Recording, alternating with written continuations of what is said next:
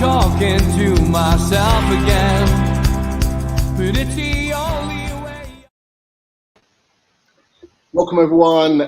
We are back. It's Monday, Bank Holiday Monday, and we are NUFC Matters. This is the Fans Forum. So, welcome back. We've had a little bit of a break, Chris. We have. Steve gave us a week off, so we had a couple of week break. Do you feel refreshed? Well, do you know what, Pete? I had a meal about half an hour ago, and I could fall asleep. But no, in terms of Newcastle, no, I am feeling refreshed, and God, things have moved quickly, haven't they, in the last few days? And now, Pete, I'm struggling to get to sleep because every night I'm just thinking, we can sign him, we can get him. I need to just try and switch off, Pete. Really do. You know what? I think that's every one of us at the moment. Every Newcastle fan is not able to switch off. It seems like every hour there's a new link with the new player, or if there's not a new link, there's a new update. It's turned into a bit of a silly season at the moment. But I'm sure people in the green room, and there's a few already, we'll touch on this, and I'm sure lots of people in the chat, lots of familiar faces. Hope everyone's had a good Christmas and even better New Year celebration and is ready for a new year and a new era at Newcastle United. And it's certainly been a positive start. Lots of links, lots of transfer activity. So it seems, and from the sounds of it, I don't think it's going to be too long until we get the first new era signing through the door. Nope. But look, we'll have our opinions on this as we go along the show. But as always, the Fan Forum, we want to hear from you guys, and there's already people in the chat.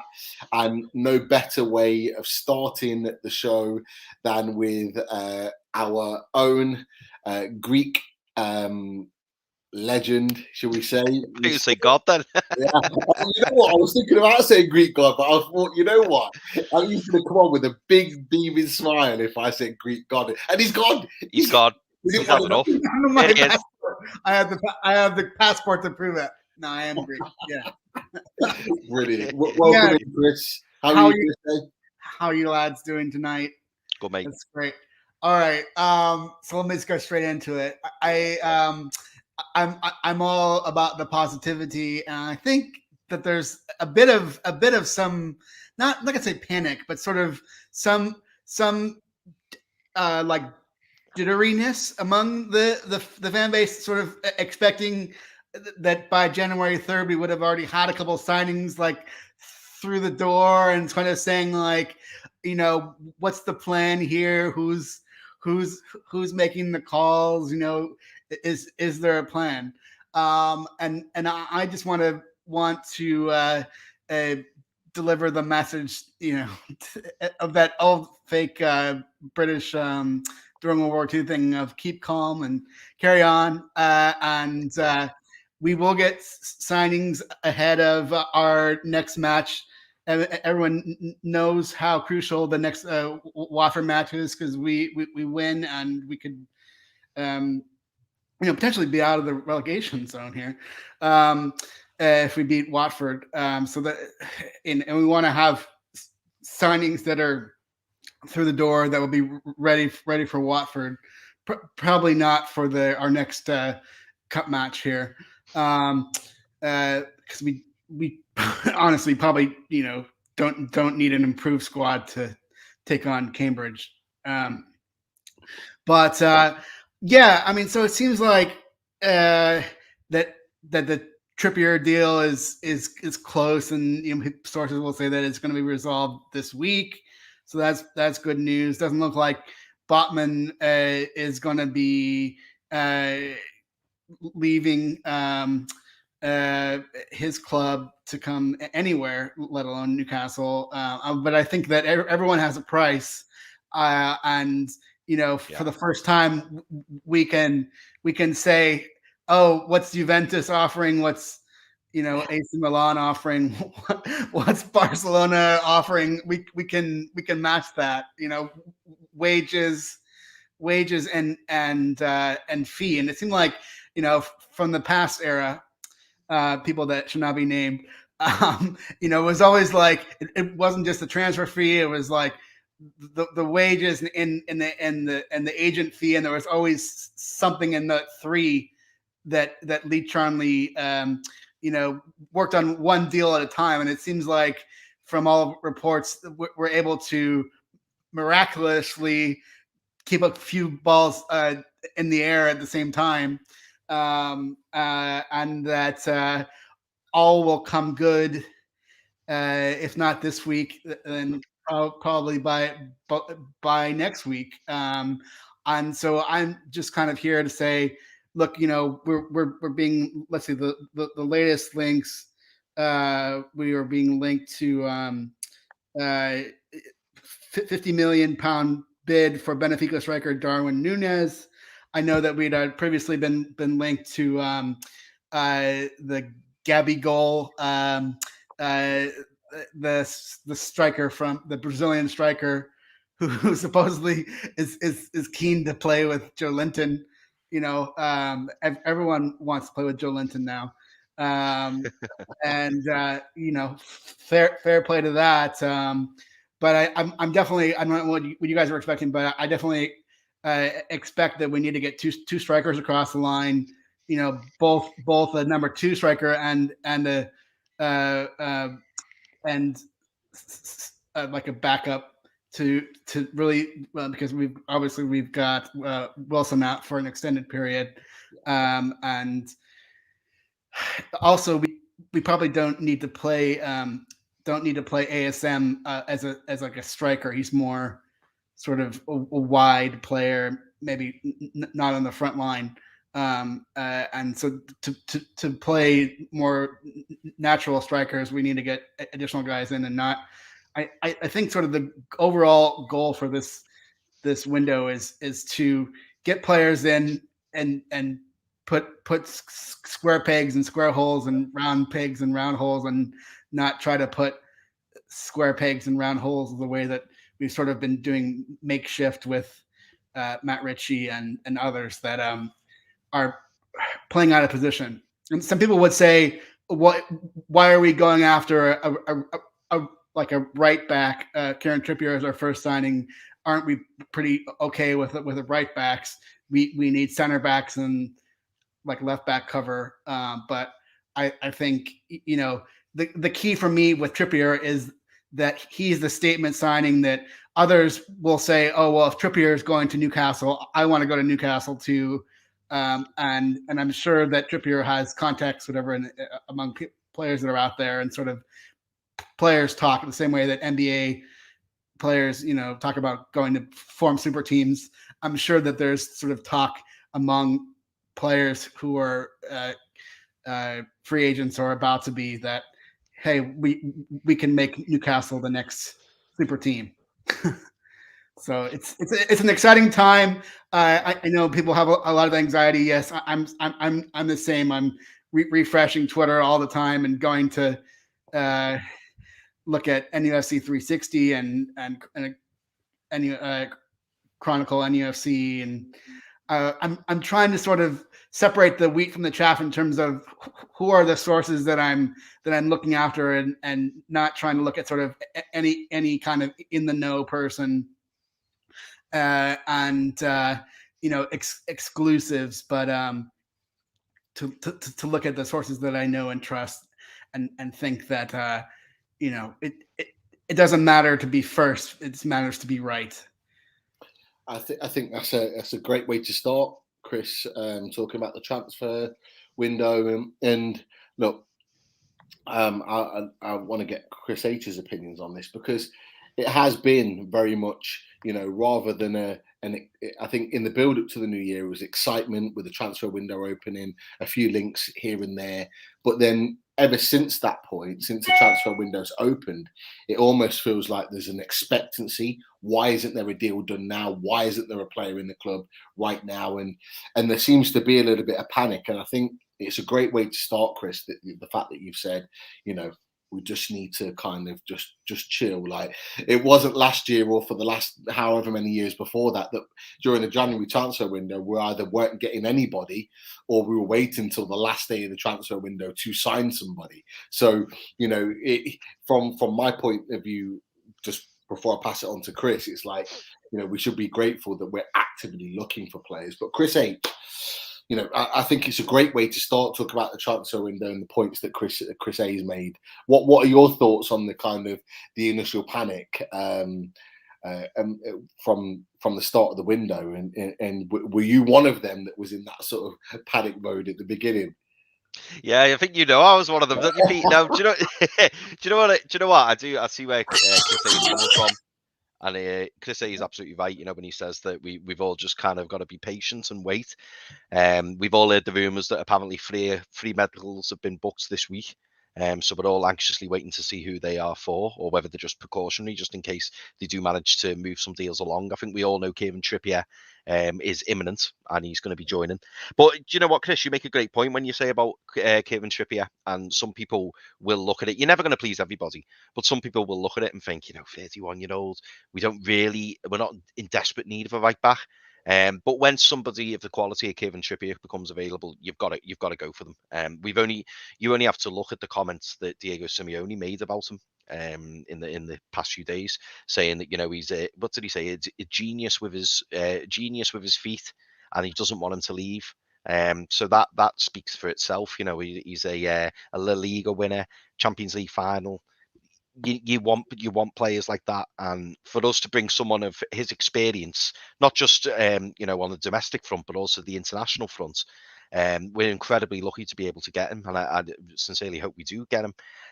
In terms of the other deals, like as Pete mentioned there, I was a little bit, I've got to admit, I was a little bit panicky because I know it's only the third, but I was thinking, why is anything not just announced now? Why have they not just done it straight away? But maybe that's me just, getting on me high horse a little bit and expecting miracles, when I'm sure there's lots of discussions to be had and there's lots of different players and conversations that, have got to be discussed, because now we are under this new ownership. There's no real, there's nothing stopping us, is there? There's nothing holding us back. I mean, if you think to the previous January transfer window, we were all sweating for 2 or 3 days on getting Hamza Chowdhury on loan.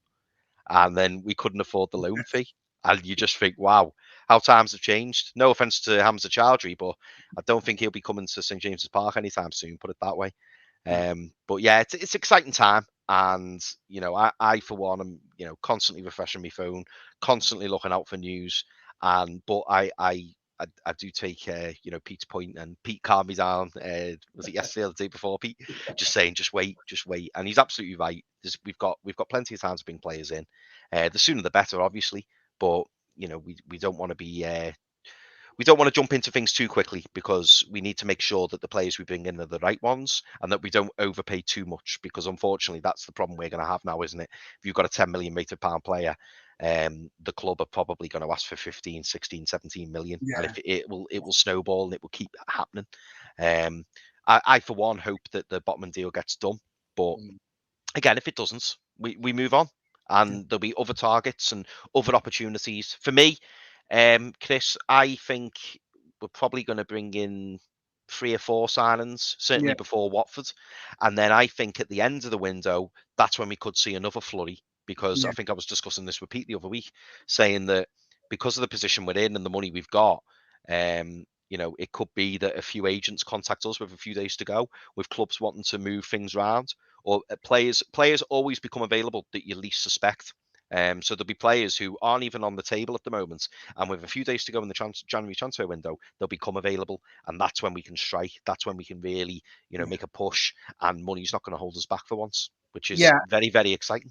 And I'd also just like to know, for anyone who hadn't already realized, but today was supposed to have been the beginning of the arbitration case, and when we'd much rather be in this position where we're worried that we haven't signed any 50 million, 60 million players yet, rather than being in the beginning of a sort of arbitration case that could have gone either way, and we would still be under Mike Ashley, and Mike Ashley would be using the ongoing takeover as another excuse not to spend in the transfer window. So we, for all the anxiety that we're feeling, we're in a whole different world than we would have been under. Oh yeah, last regime. Yeah, I think we're all just like, this is our Christmas Eve, isn't it? This is what it feels like for me. Yes. Like I always get excited Christmas Eve anyway, because the kids and they're all excited and buzzy, and like that's what I'm like now. And every single morning I wake up and think, oh, I wonder if we're going to get anyone. I wonder who we're going to sign. I wonder if we're going to be linked to anyone new. So for the next 28 days, it's going to be quite tense, but also exciting. Yeah. And it's just nice to know that nothing is beyond our reach. Yeah, and it also sounds like, just in the same way that the actual eventual takeover kind of caught everyone out of nowhere, it does seem like some reporters have said that the players that Newcastle is looking after are players that haven't even been reported. So it's fair play to them keeping the things under wraps rather than having everyone and their mother reporting, who's Newcastle is linked to, because I think most of that is just agent and paper. Yeah, talk. Million percent. I mean, there will be some names that come out of nowhere. Hopefully the good names. Hopefully the names that we can all get excited about, which I'm sure we will. But yeah, the one name which I personally feel confident about, and it's not because I know anything that no one else does, but I think that Trippier deal's done. I really do, especially for the comments from the Atletico Madrid manager, the way that Kieran Trippier reacted at the end of the Atletico Madrid game yesterday. Everything's pointing towards Newcastle, so. I think he's probably the most certain one. I know Rachel put in the comments there. Do we think Trippier's a done deal? Me personally, Rachel, I do. I so. Pete, I don't know about you and Chris. What you two think? Just repeat that bit again. Sorry, I was just saying. Rachel was asking whether she thinks the Trippier deal's a done deal. Whether we think it's a done deal. I mean, me personally, I do. But I don't know about yourself and Chris. Yeah, it sounds like the £25 million offer or 25 million euros would be accepted. That was the return offer from Newcastle, and it seems like that's going to get it done. From my point of view, I think the deal was done. I think this is the one deal with Kieran Trippier where it looks like there's been a lot of background work being done, and I'm not just talking in recent days where things have moved along. I'm talking like from early December. I think this, in my opinion, is the big deal. I'm not saying it's going to be the big deal in terms of the most significant deal. It's not. But this is the big deal that they've really gone to go for as their first signing. The reason being, one, he's an England international. Two, he's got experience. Three, he's played under Eddie Howe. So Eddie Howe knows his game. He knows how he plays. Four, he's a right wing back. And a lot of people have put questions out there about, why are we signing a right wing back as our first signing? If anybody knows Eddie Howe, and I've talked about him a lot before he signed for the club as manager, he plays with his wing backs or he plays with his full backs. His full backs have a huge emphasis on the way in which his teams play.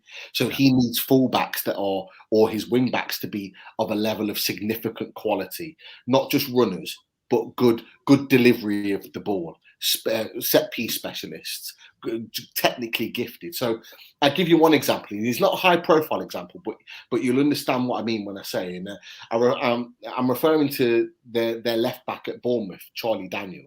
Now he's not a high profile player. Yeah, but he was technically very good. He was an athletic that ran back and forth. He had fantastic delivery, and on occasion he had the ability to score a wonder goal. Now that's just an example. He likes his players, his fullbacks in particular, or wing backs, to play in that mould. For me, Trippier is the perfect player to come in. It doesn't matter about his age. There was a question in there further up in the chat, and I didn't get a chance to mark it. But they said, I saw it and I just didn't mark it. But they were saying, I've got it here from Black and White Night. It says, can't believe we're paying 30 million for a 31-year-old. Hey, we're not in Mike Ashley times anymore, guys. Yeah. We're not. We are in a position where we can pay the going rate, or if not a little bit more, and it's not going to hurt us. We've not got an owner that's going to say, oh, no, that's too much, I'm going to leave that. we have to make a statement. Now, if we get an England international that walks into our training ground, you think that what that's going to do to the rest of the players, that's going to raise them 15, 20%, thinking, hey, we've got an England international that's coming to play for us, that sees the potential in this club. But not just that, all the other players that we're linked with, see an England international and a good player at that walk through the door, and they're going to think, actually, there could be a project there that I want to work with. And all of those particular signings that are a little bit on the fence, and rightly so, because we're 19th in the table. It's not a dead cert that we're going to stay in the league, although I believe comfortably that we're going to stay in the league this season. It will start to get them thinking differently, and it changes the outlook on so many players if we get that deal done first. So I think it's a really important deal, and I think it's an underestimated deal that we get done. I think it's done. Yeah. I think it was all down to the player, whether the player wanted the move. The player, I think, has made it clear that he wanted to move before the game yesterday. And now I think Newcastle have matched the valuation of what Atletico Madrid wants. Yeah. So I think one final comment I will have to say is that we're used to, from the previous era, having this phrase, we need to sell to buy, and now we're in the position where we could bring in 5 or 6 players, 7 players without worrying about having to sell 7 players to free up the roster spots, and now it's a club like Barcelona that has to sell to buy, just to make up financial fair play, or whatever there's a new name for it, but I forget what it's called, like competitiveness and sustainability or something. Just what a world, and sort of like the role reversals have flipped, and the old Barcelona. I'm not saying we're at Barcelona's level, but in terms of financials, that we're in the good position, and Barcelona is in the position that we used to be in, where we had to, just to bring in players, we had to sell players. Yeah, no, it's a great point, and a great point to finish on, Chris. So, again, as always, absolute pleasure. I know you need to head off in a second, but absolute pleasure to have you on. Really great points, a really good way to start the Fans Forum show, and you definitely deserve one of these on the bar.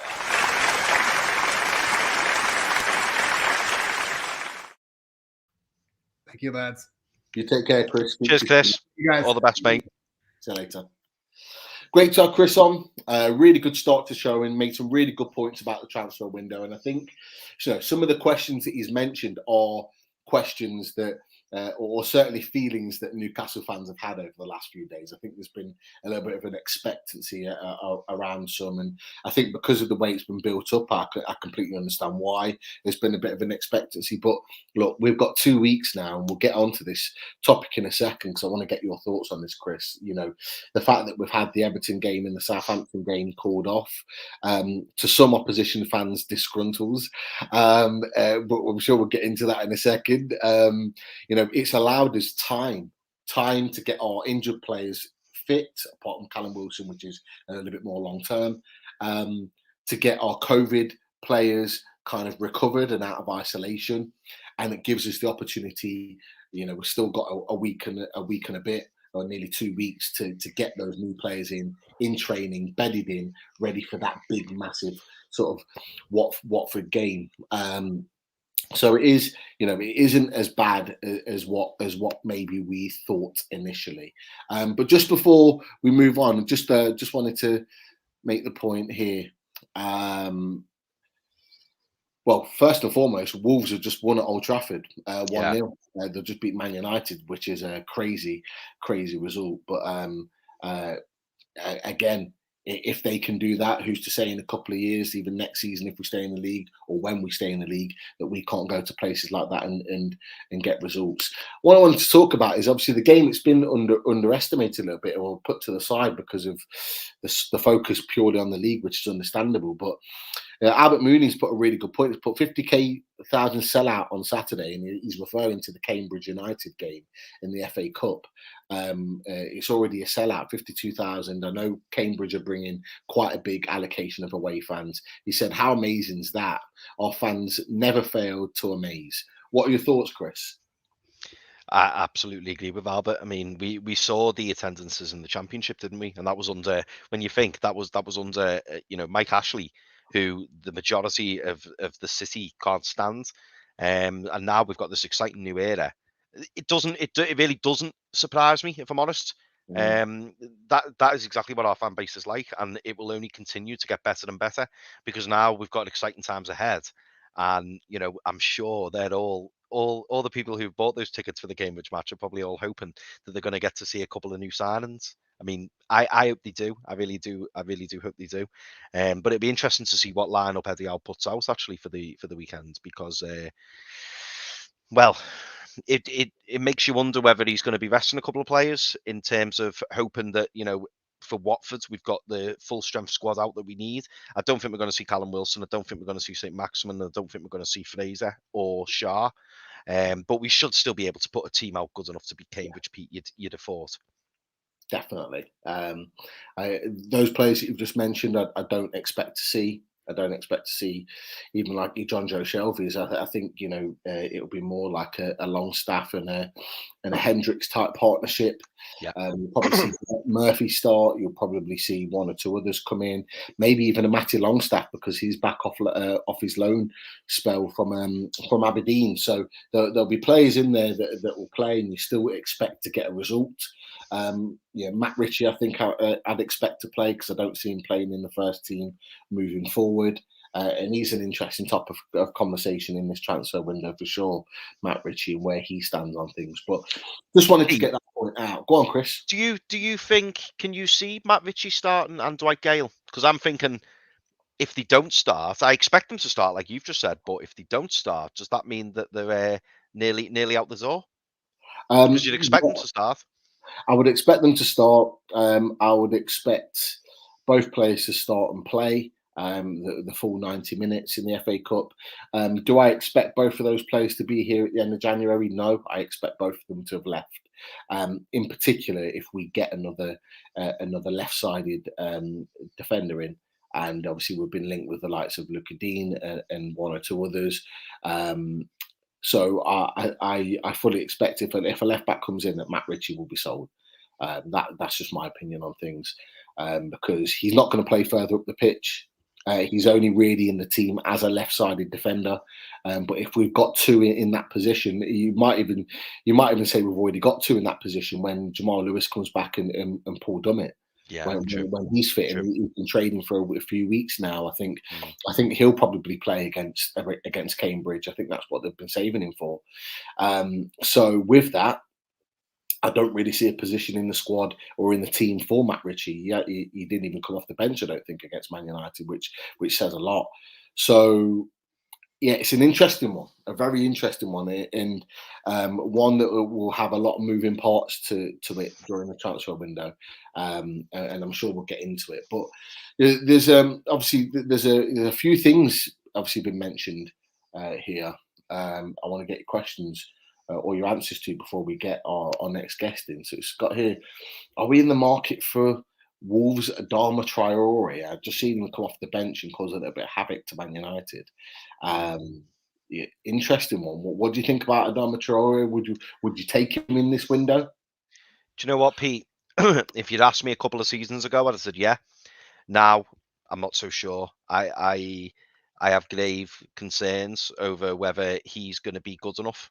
You see flashes of brilliance, don't you? And he's built like an absolute monster, but he can't even get in the Wolves team. And obviously, that's now what, 2 managers. So under Nuno dropped him, and now Bruno Lage has dropped him. There's something missing. That's why he's left Barcelona. That's why he's ended up at Middlesbrough and then at Wolves. There's something lacking. And I don't think he's young, is he, Pete? Is he about 27, 28? Yeah, I think it's about that age. Yeah, I don't think so. I don't think so. I mean, if we brought him in, don't get me wrong, I'll probably get all excited about it. But no, I don't think the new owners will be looking at Adama Traore. And I would imagine that Wolves would probably be wanting north of 40 million. And I wouldn't pay that for Adama Traore personally. No, I agree. I don't think he's worth that sort of money, and I think that's exactly what Wolves would be expecting of him. I think it tells you a lot about Adama Traore. I know there's been, and we talked about it on our Loaded Away days with the Wolves fan a while back, and there's been this thing about ASM Adama Traore, and with the player that the media build him up to be, I find it really strange that he spends most of his time on Wolves' bench. Yeah. He very rarely starts games for them, and he is brought on as that impact player late on in the game, like he did at Old Trafford tonight, where he comes on at 70 odd 75 minutes and 15 minutes, just sprints. You can't pay 40 million for that type of player. You want a player that's going to start and do that for 90 minutes. And I just don't think his ability shows that he's at that level, if I'm honest. No. And so I don't see him moving at all. But again, a great question. Great question. Before we get our next guest on, there was one here from Don. 3 medicals will be for Paul Dummett. Yeah, I see that. Yeah. Good one there, Don. You're not wrong with the amount of injuries he's had.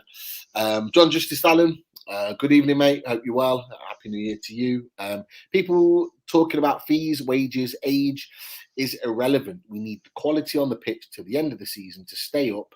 Who cares what it costs? And it's not the fans' money. I think that's a really, really good point. And you know what? I had this conversation earlier on today with the Southern Geordies. We have a WhatsApp chat, and one of the lads in the chat put in, he said something about, we're going to kind of get bent over this transfer window with regards to signings and how much we pay. And I just put a message back, and I'll say it in the most politest way I can. I'll say, who gives a bleep about that? Because for one, John Justice Allen is exactly right. It's not our money. And two, I think we're good for that money, if I'm honest with you.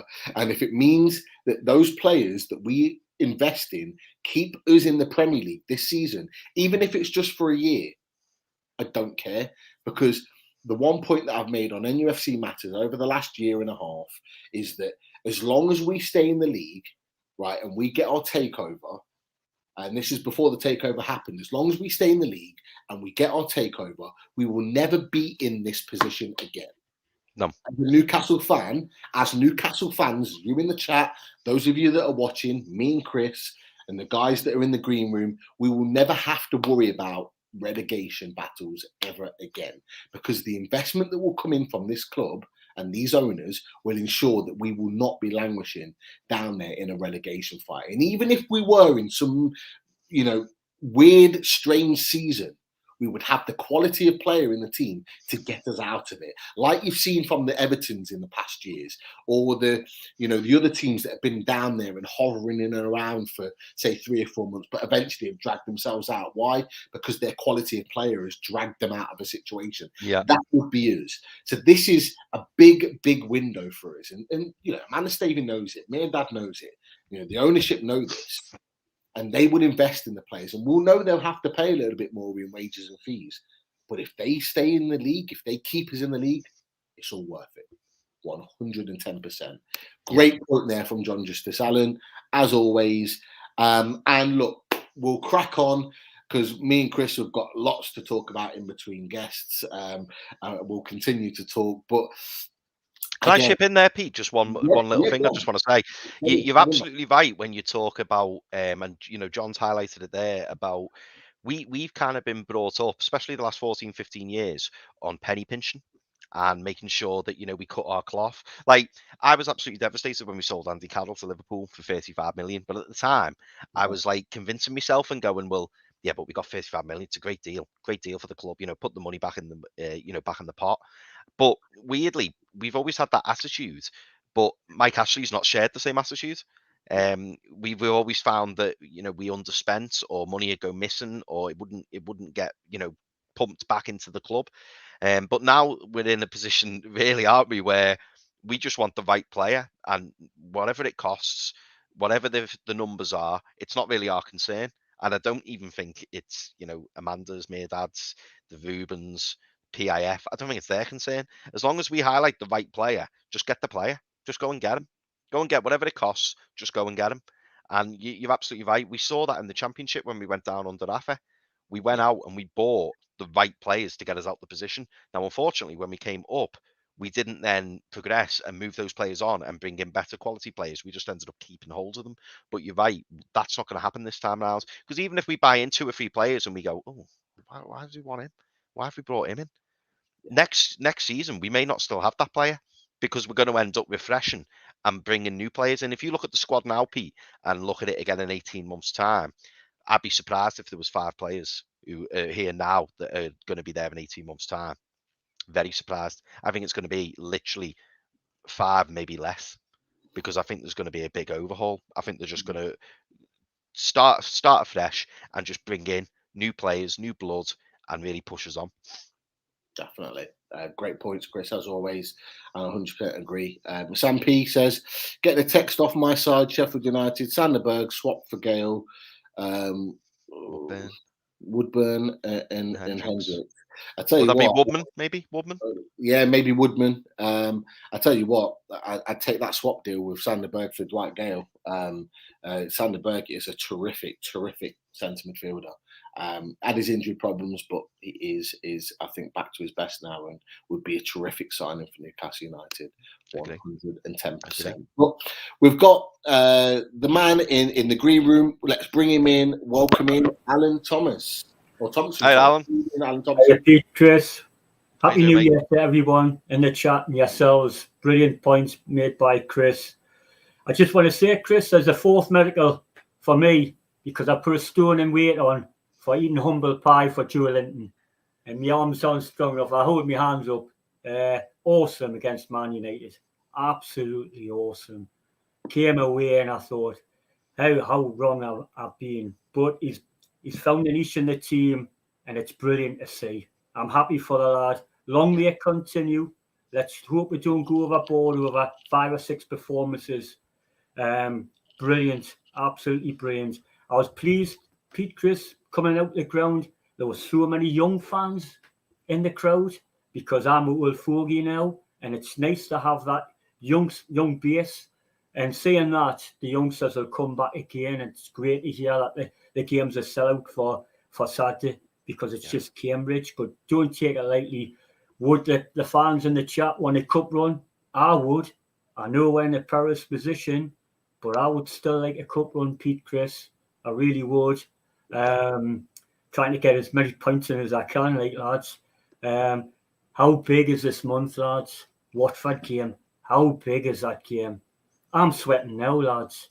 I'm sweating now because Alan, I'll just stop you there because I want to get your opinion on this because I think it's a really good question in there. And Paul, you've talked about how big this window is, and Paul Kinson just said, in my opinion, it'll be 4 buys, 4 loans. That's 8 players coming through the door at Newcastle. You've just said to me and Chris that you think this is a massive window. How many do you think that we will realistically sign in this transfer window? Realistically, lads, I think 5, 4 to 5.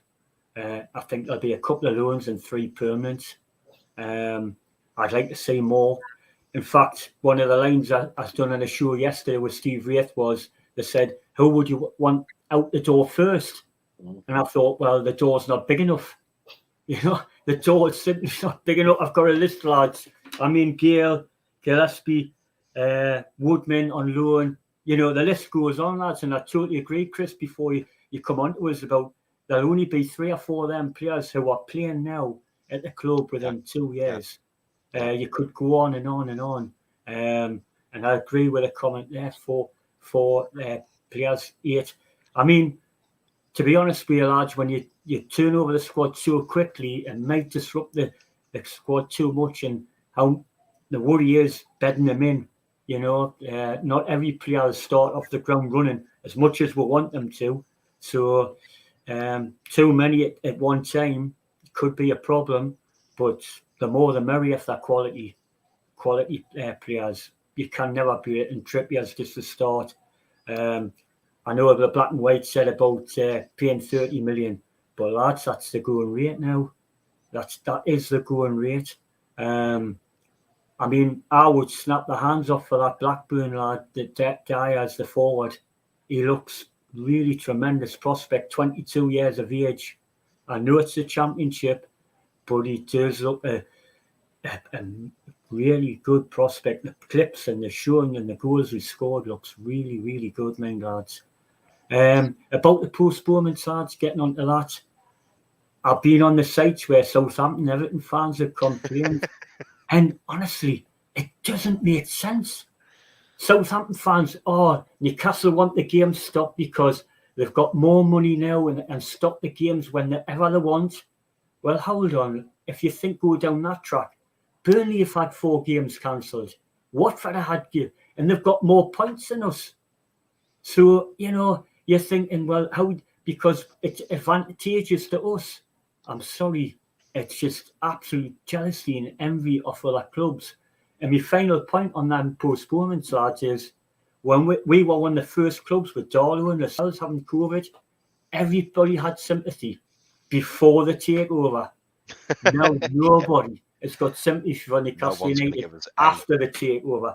Isn't it amazing, lads? After a year, 6 months, 9 months, the difference in approach that, the Geordies are cheating. They're wanting Wilson and ACM back on the pitch, and they're cheating their way to get in. And I'm thinking, that is absolute. We must be, if not the second, probably the most hated club at the minute, and long may it continue. And that will get worse and worse and worse.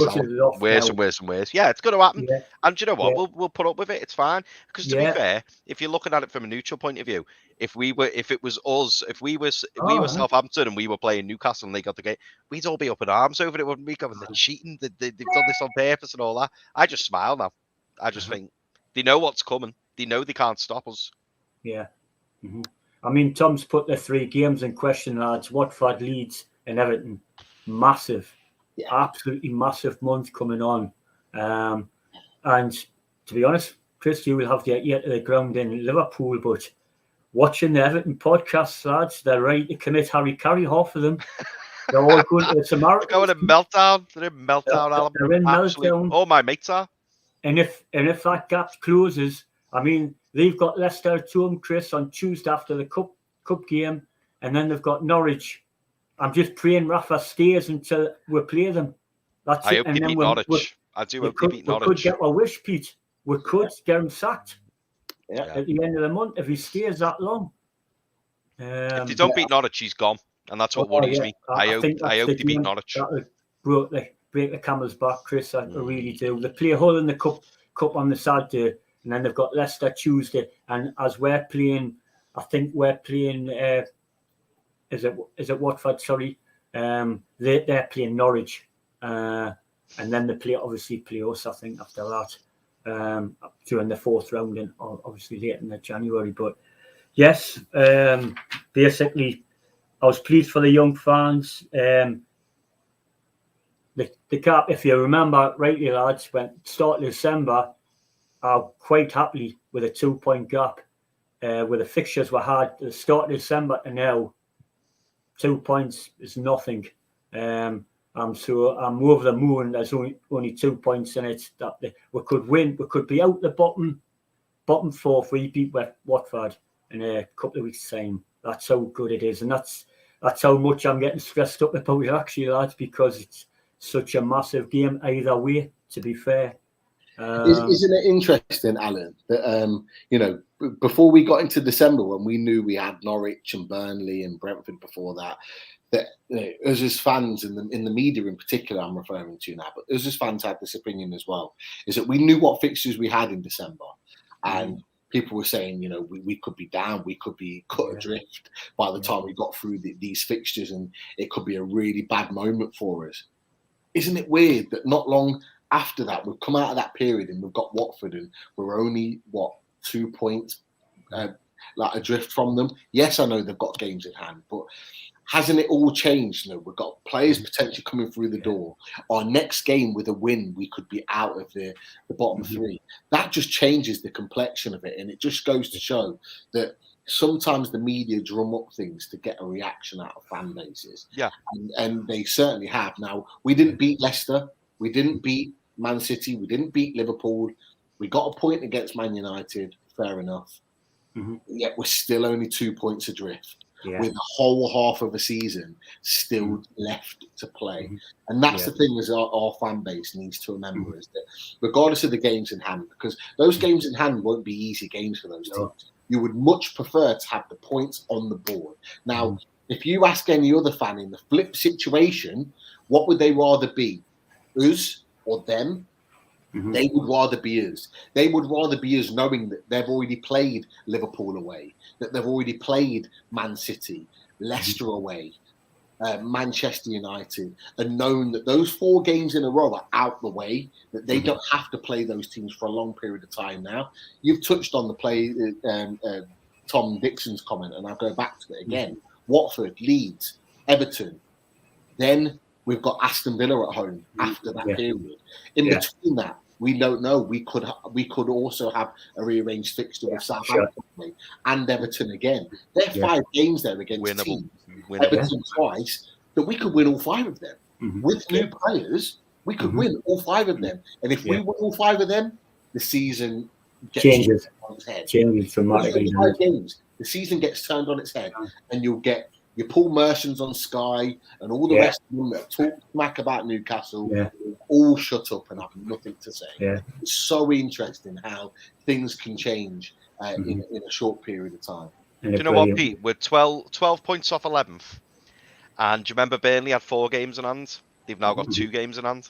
And Burnley are on the same points as us.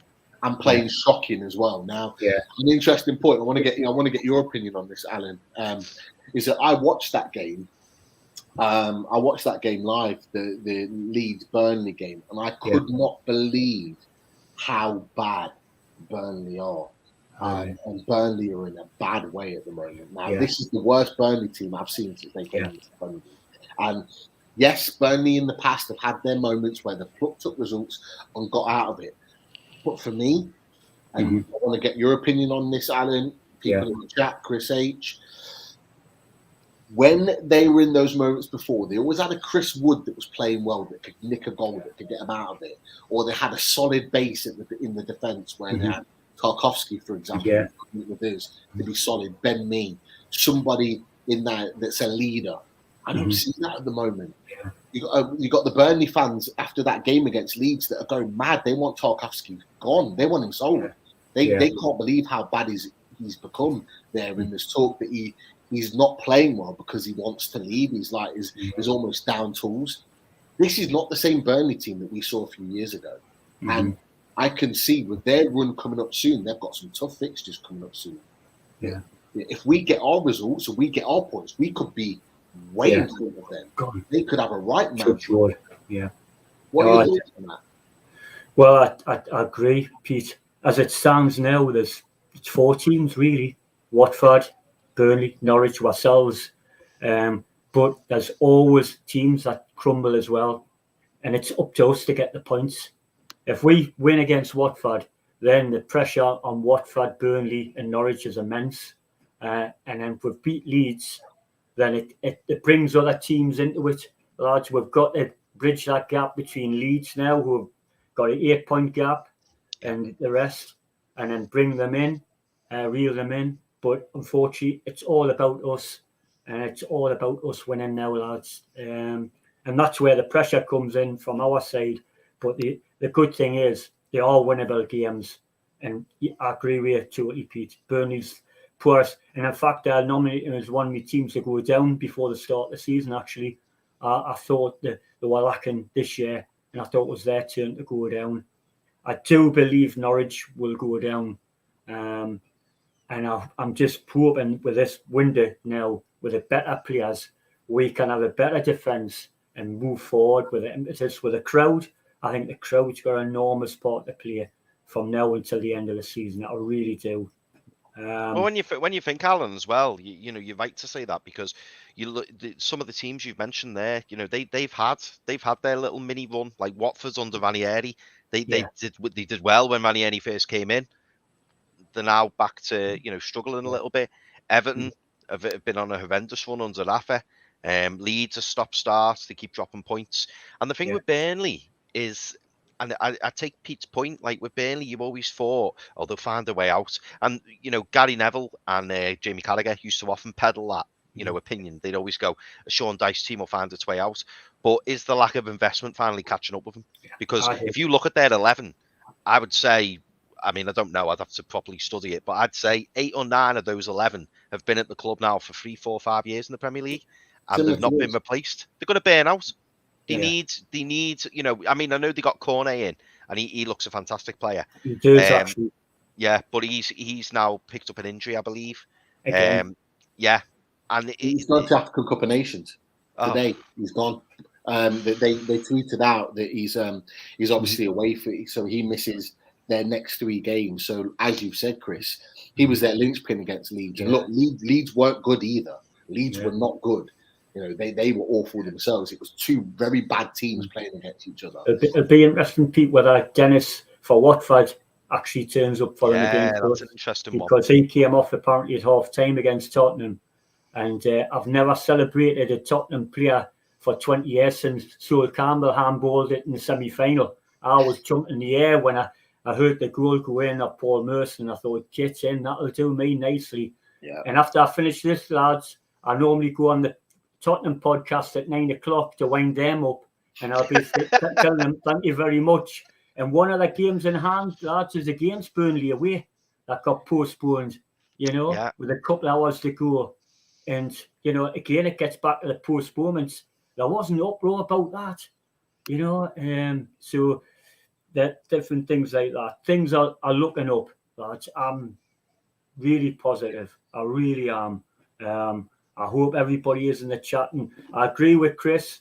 There was a lot of people straight away thought, we'll have Pelly on the first day of New Year's Day walking through the door. And it doesn't work like that, lads. Honestly, it doesn't. There's a lot of negotiation. And I agree with you, Chris, at the end. You know, there'll be a lot of dealing at the end of it, as much as we want to sign. I think there'll be 2 or 3 at the start, but I think there will be 1 or 2 that will surprise me, that'll come. And it'll be like a domino effect. Trippier goes through the door.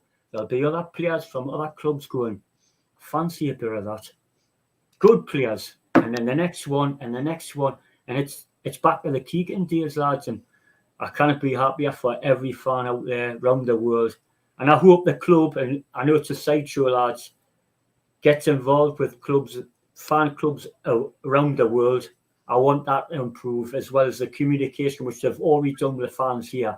I want that to improve around the world to increase our fan base.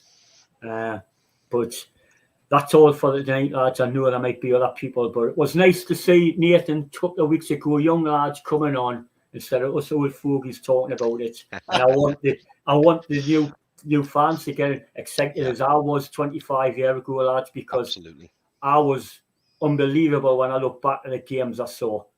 The Keegan, I was there at Anfield, Pete, and until this day, I don't know how I split up in that ball, Chris. I was round in the Anfield end, and the camera shot doesn't do it justice. He bent it 2 or 3, and I was going ballistic. And I want more nights like that for the fans. Yeah, I really do, for everyone like ourselves. Imagine us all going to Wembley, Alan. What that's what I want to cup from for, lads. I really do. But I wish you all the best, lads, and long may it continue.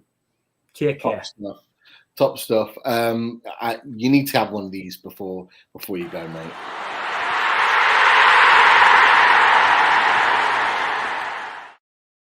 Let's hope we see a lot more of them, lads. Fingers crossed, mate. Definitely. You take care, Alan. Take care, Alan. All the best, mate. I'm just to be clear, guys, in the chat. When he was talking about old fogies, he was talking about him and Chris.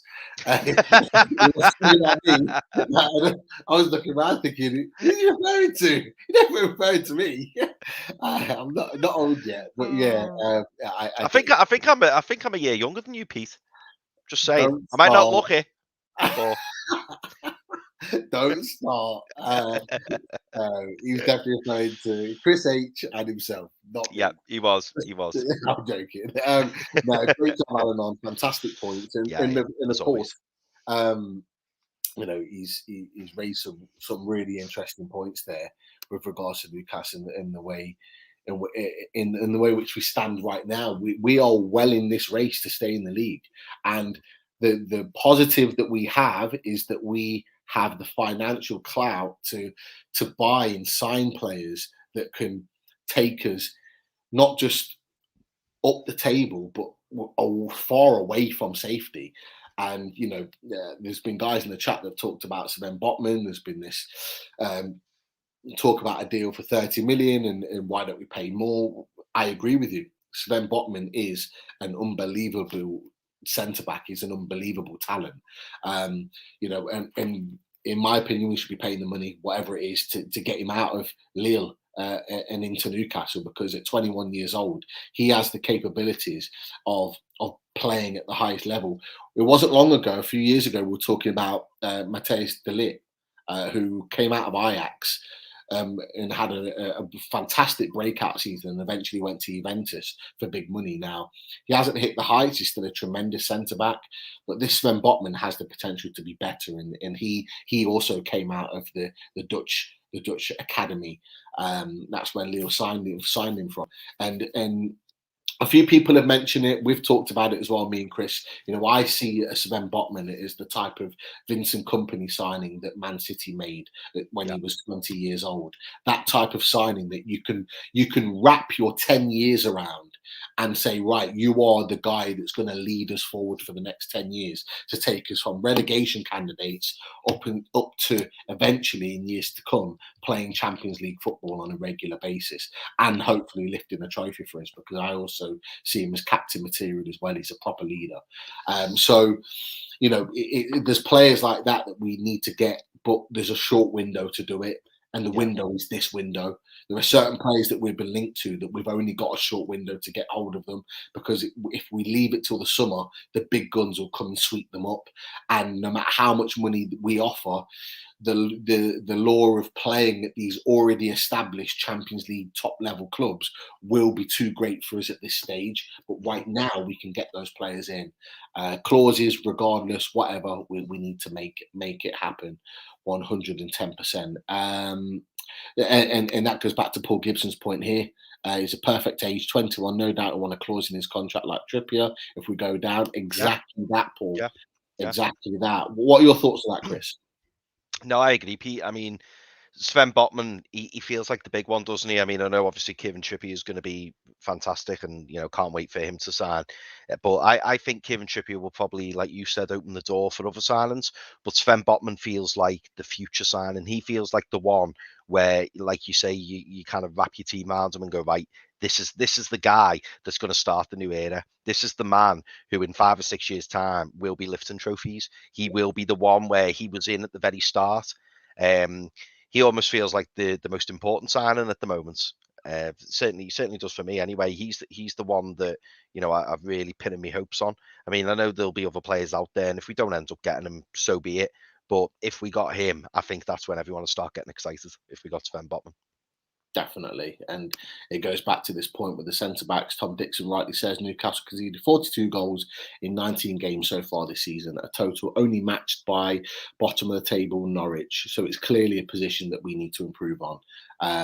And getting in a right back and a solid left centre-back will go a long way to improving this team. There is no doubt about it whatsoever. At this point now, we'll go to the sponsors. So, as always, we start with the main guys, Spider VPN. These are the boys to trust for all your internet issues. For anything internet security, they are the ones to go to. And anything with your computer online, please go to Spider VPN, one of NUFC Matters' main sponsors. Thank you for your support as always. skiptonbins.com, telephone 0800 2545 253. Inquiries at skipsandbins.com. That's the email, and the web is www.skipsandbins.com. They are the guys to go to, as I've said. Easy, contract free, pay as you go, waste collection. LNG Family Funeral Directors, that's at 0191 389 7245. Thank you for your support as always. Garden of Healing Dispensary. So CBD, hemp and cannabinoid specialists. Go to www.thegohd.com. We have Alcott Interiors. Big shout out to Chris and the lads. Google Alcott Interiors for top class kitchens. Of course, he's been in the chat tonight, John Justice Allen. Go and have a look at QTech, qtechshop.co.uk. The makers of pool tables and snooker tables in Wallsend, Newcastle. Jab Signature, massive support from Jab Signature as always. Go to jabsignature.co.uk for all their new trendy gear into the new year. And we've got Newcastle Legends. Okay, so on your phone, scan your barcode. You can enter into a prize draw, which is monthly. Hit the subscribe button, hit the like button, and make sure you share. And if you didn't watch the show live, you can watch it or listen to it on audio on iTunes and Spotify to get involved in that as well. We've got some shows coming up. 30th of January. I can't believe we're in 2022 already. Scary, isn't it? Scary, mate. Absolutely crazy. Newcastle and England legend Pedro Peter Beardsley, 30th of January 2022, the Tyne Theatre and Opera House. The match day bucket. Okay, not got a match day until Saturday, but as always, go to nufcfansfoodbank.co.uk if you're not able to get there on the day and support. Match days as well. Steve and Supermac will be at the Dog and Parrot. Please get involved on the match days if you're around at the time. There'll always be some form of talking pre-match to get involved in. And of course, I couldn't come away without promoting Loaded HQ. So if you've been listening over the Christmas period, you'll know we've had some fantastic shows, some big shows. The Fully Loaded Transfer Show has really took off with Jordan Cronin from Newcastle World, and we'll be back again this week with more. But as well as that, we've got tomorrow a show with Kieran Maguire from The Price of Football. Really interesting show that, where we'll be looking at transfers and what it is and how much we actually have to spend, and looking at a little bit more details based on the potential signings that are coming in. So again, a really interesting show. Please give us a like, subscribe, check out our previous shows that have already been on, that are already sort of making waves and getting real rave reviews on the back of that. So if you haven't checked out Loaded before, like I say, give us a sub, give us a like, and follow us on YouTube. Okay, I think that's it. There were one or two other questions in there, really good questions that I just wanted to ask you before we get on our. I noticed you'd start, so mate, there was some good ones. Let me go back to it. Okay, I know what it was. There was a question that just said Aubameyang ? Now, really interesting the last couple of days has been a link with Pierre-Emerick Aubameyang, and I just wanted to get your thoughts on that, because I think it's kind of he's kind of split opinion in the Newcastle fan base as to whether we should or shouldn't sign him. But I just wanted to get your thoughts on that, Chris. What do you think? Think he'd be a good signing, or do you think with the issues that he's had at Arsenal, it might be a sort of a bad a bad move at this stage when we're trying to stay in the league. Yeah, for me, mate, I'd sign him all day long. I really would.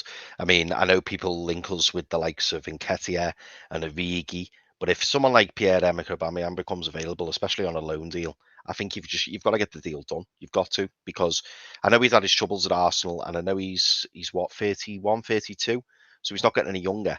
But if you've got an opportunity to sign someone who some may class, I mean, I'm not suggesting he is, but some may class, he's up there with one of the best strikers the Premier League's seen. Like, his goal scoring records at one point were ridiculous. Like, they give him a 5-year, 350 grand a week contract and made him captain. You know, for us to bring in someone like that, even if we have until the end of the season with the option to buy, and then we could just say at the end of the season, listen, thanks, but you know, it didn't work out. But with Aubameyang as well, I always felt a bit sorry for him at Arsenal because he tends to get put on the left wing, and I think he's not a winger; he's a striker.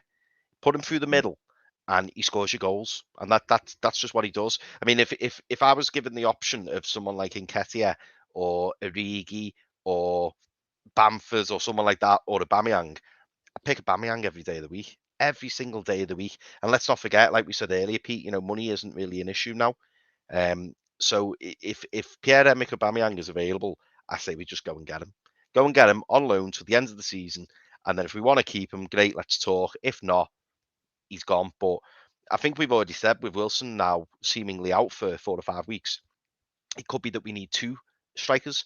So maybe we bring in our main striker target and then bring someone like Aubameyang in on loan. I mean, how amazing would it be to have Aubameyang as an option off the bench, or to even just start? Do you know what I mean?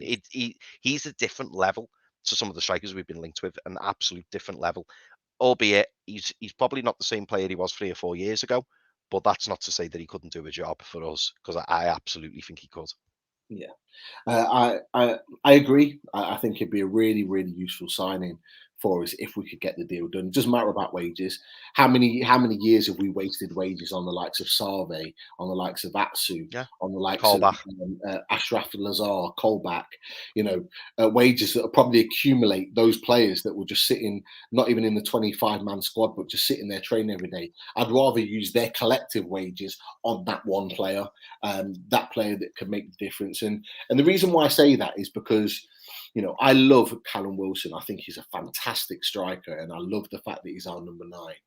But his injury record frustrates the hell out of me. It's a problem. And I'm sure it frustrates the hell out of yourself, Chris, and the guys in the chat and everybody that's watching.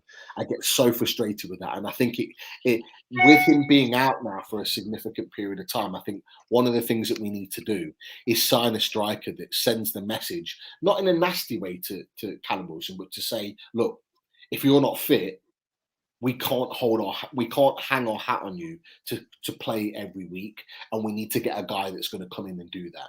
Now we know that Aubameyang's injury record is a lot less, and there is an option there. And one of the guests before, and I can't remember who it was. I'm not sure if it was Chris or whether it was Alan, that talked about the Blackburn player. Brenton Diaz. Ben Brenton Diaz, 20 goals this season. It's really interesting, actually, because before that, I think he'd scored like 8 goals in 87 appearances for Blackburn under the name Ben Brenton, and then he goes to the Copa America, changes his name to Diaz at the end, and then bangs 20 goals in like half a season. Can't stop scoring. Yeah. But again, he's a fantastic young talent. I think he's 20 years old. He's got great potential. Yes, it could take the best part of 20 million, but we need to bring in a couple of strikers that are going to send the message to say, look, we can't hang our hat on you. You need to get your injuries sorted out. If you're fit and you're firing and you're at 100%, you will play Callum Wilson. You're on number 9 and you're a goal getter, but we have to look beyond you.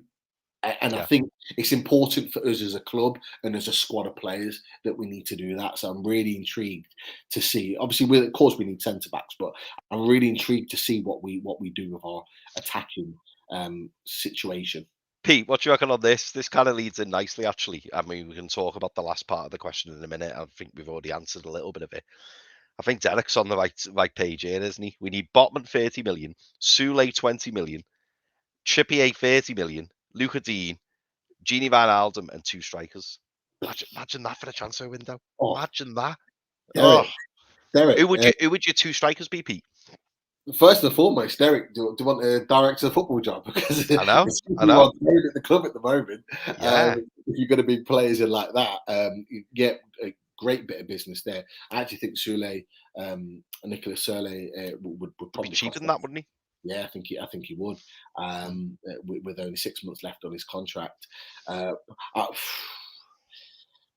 Luka Dean, perfect mold. We talked about Trippier earlier, didn't we? Yeah.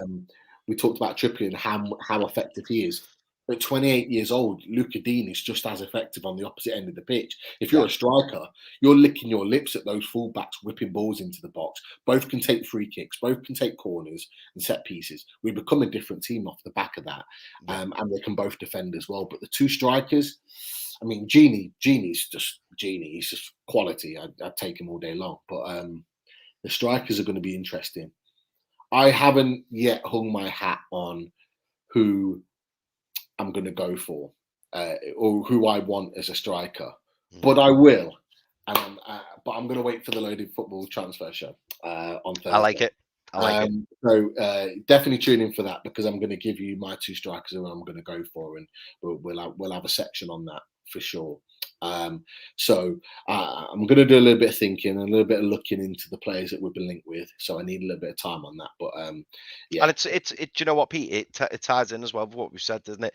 You can't go out and buy 2 top quality strikers, because it's going to upset the balance of the team. And I know one of the guests before spoke about I think it was Alan, spoke about the balance of the team. You need to bring in a player who's happy to just be in and amongst it, and it will wait for his opportunity. So for me, it's about bringing in maybe a promising youngster, maybe that Brayden Diaz, because he won't expect to start every game. Whereas if you bring in Aubameyang and you bring in, I don't know, João Felix, just off the top of my head, they're both going to want to start football matches. And then you've got Callum Wilson. So you're going to upset someone. Whereas if you bring in a youngster and say, listen, wait for your opportunity, it'll come, go and impress, but he's not going to upset the balance of the team. And that's the key thing the owners have got to work out, as well as Eddie Howe. Yeah, you're absolutely right. It's this team's been so imbalanced for so long.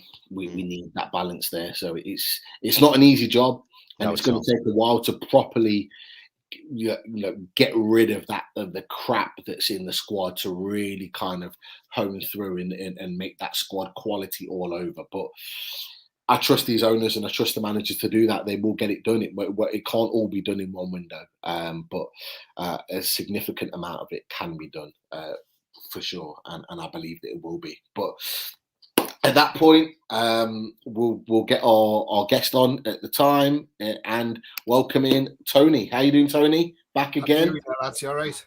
Hi, Tony. Talk to us, mate. Tell us what you want to talk about. First of all, I just want to say about last week's game against Man United. We should have won that game. Man U did not deserve a draw at all. They were disgraceful. They were. Absolutely, Gary Neville hit the nail on the head. What a bunch of whingers they are. Ronaldo, Fernandes, and for them to get a point was criminal, really. That was robbed. Yeah, it was. And had Saint-Maximin put that chance away, we would have won that. If only that had been Wilson in front of the goal. Yeah. That would have been the back of the net. Yeah, definitely. And then Murphy was unlucky hitting the post, and then De Gea pulling that save off against Almiron. Oh, yeah. Great save. Because we were rampant with them. I mean, we had more shots on target than they had. Yeah, they had more possession, but it's nice to see under Eddie Howe we are actually attacking more. But if this is the way we're going to play with the team we've got now, just wait, we've got some quality signings in, I think we'll be up that league and I think we'll be fine. We're only 2 points off Watford after all. Yeah, and Watford are great. Completely agree. And it's funny you raised the Man U point. Obviously, as everyone will know, Man United have just lost to Wolves at home. And we talk about our perilous position. And you think they've sacked Ole Gunnar Solskjaer. They brought in a director of football, or a future director of football. That's what they're hoping. They want Ralph Rangnick to step up next season and become the director of football. What a mess. What a mess they're in. Wasn't he interested in coming here as director of football, wasn't he? Yeah. When the Sounds took over. When the new owners come in, he wanted to come here as director of football. So yeah, but yeah, so I just want to just touch on that one. But you know, playing well with the team we had out, but like I say, with the quality signs we'll get in, then that'll push us up the league, and I think we'll be fine. Yeah, I've always been optimistic from the start, so you know, carry on being optimistic. You got to be. Yeah, and it's great. I couldn't wait for the 1st of January to come round. But I didn't think straight away we'd have somebody in straight away. You know, and I've seen people saying, "Oh, it's disappointing we've not got anybody in." But at the end of the day, it's still early January. You've got time to get players in. You know, we've got over a week and a half till the Watford game, so you've got plenty of time there anyway. But even if we get a couple in and play them against Cambridge, at least it gives them a run out. Yeah, as well. I agree. But, what were your opinions on? What was your opinion on the reaction of the Everton and the Southampton fans when our games got called off? What was your opinions on that? I just sat back there and thought, "What the hell is going on here? Hang on a minute. There's other teams have cancelled. I mean, didn't Burnley cancel their match 2 hours before? Yeah. And you know, did anything get said? No. I live down in Suffolk, so we get local news on here. Norwich cancelled their game 24 hours before their game. Nobody said anything. But it's because we've got new owners and you're all thinking, oh, yeah, because we can go and splash the cash in January. And then by the time we play them, we'll have a better team. And the Southampton fans to say that we should play the same players that would have played against them on Sunday, it's just like ridiculous. You can't even force that rule. And for the Southampton manager to say, I want to see the medical records. Well, sorry, mate, that's none of your business. The Premier League will have seen the medical records. So they would have decided, yes, okay, cancel the game. It wouldn't have been down to the fact that Newcastle were doing it on the dodgy side. They actually showed the medical records to the Premier League and said, look, this is what we've got. And they've probably said, yeah, we'll postpone it. Yeah. But yeah, I just think they're all just jealous, really. And I just hope Rafa does stay on. And we sack him. Yeah, I hope that Rafa stays on, because my worst nightmare, to be honest, Tony, is that they sack Rafa before our game, and then Big Dunk gets the job temporary, because you're going to see a completely different atmosphere in the stadium, completely different, and they'll be their tails will be up. Luka Dean will be back in the squad. They'll just be a different team. It'll be like playing a really spirited and together side, whereas at the moment they couldn't be further from that. And that's why I hope that Everton beat Norwich, because then that'll just buy Rafa that little bit more time. The more points he picks up between now and then, the longer he'll stay in the job. And I want him to be in the job when we play them twice, because I think we've got a good chance of getting at least 4 points against them with Rafa at the helm. And I think to be honest, they should beat Norwich anyway. But just a quick touch on Norwich's point as well, which I saw on social media and I thought was a bit bang out of order, to be honest, as fans. But their fans have turned on Billy Gilmore, saying that 20-year-old lad on loan from Chelsea is to blame for where they are now. That's just ridiculous. How can they blame it on a young lad on loan? Yeah, and they've trolled him online as well, the Norwich fans. Wow. And it's a disgrace. Wow. And they reckon he actually wants to go back to Chelsea. Well, no wonder. If that's the abuse he's getting. He'd get games in their team as well. But he would. I just want to get your guys' opinion on the Rafa thing before we move on, because I've had a theory on Rafa for a while. Obviously, you guys are talking about the fact that he could get sacked. I don't think he will. I don't think he'll get sacked regardless. I really don't. I think the only time he'd probably get sacked is if they ended up dropping in to the bottom 3. And there's a reason for this. But do you think if they lost to Norwich though, Pete? Like, isn't that lower than low? I think he will get sacked then. Yeah, he's got to be. Have they not lost one game? Sorry, they've only won one game in like 12 or something, isn't it? Yeah, they're on a bad one. They're on a bad one, like definitely. Yeah. One game in 12 is sackable. Is sackable. Like, if that was our previous manager, we would have wanted him out. I'm sure he went through a similar run, and we wanted him gone. The reason why, in my theory on Rafa Benitez, is that Rafa Benitez took that job because I think he got sold a project, a 2-3 year project to rebuild Everton. I personally don't think that the board have that vision for Rafa Benitez.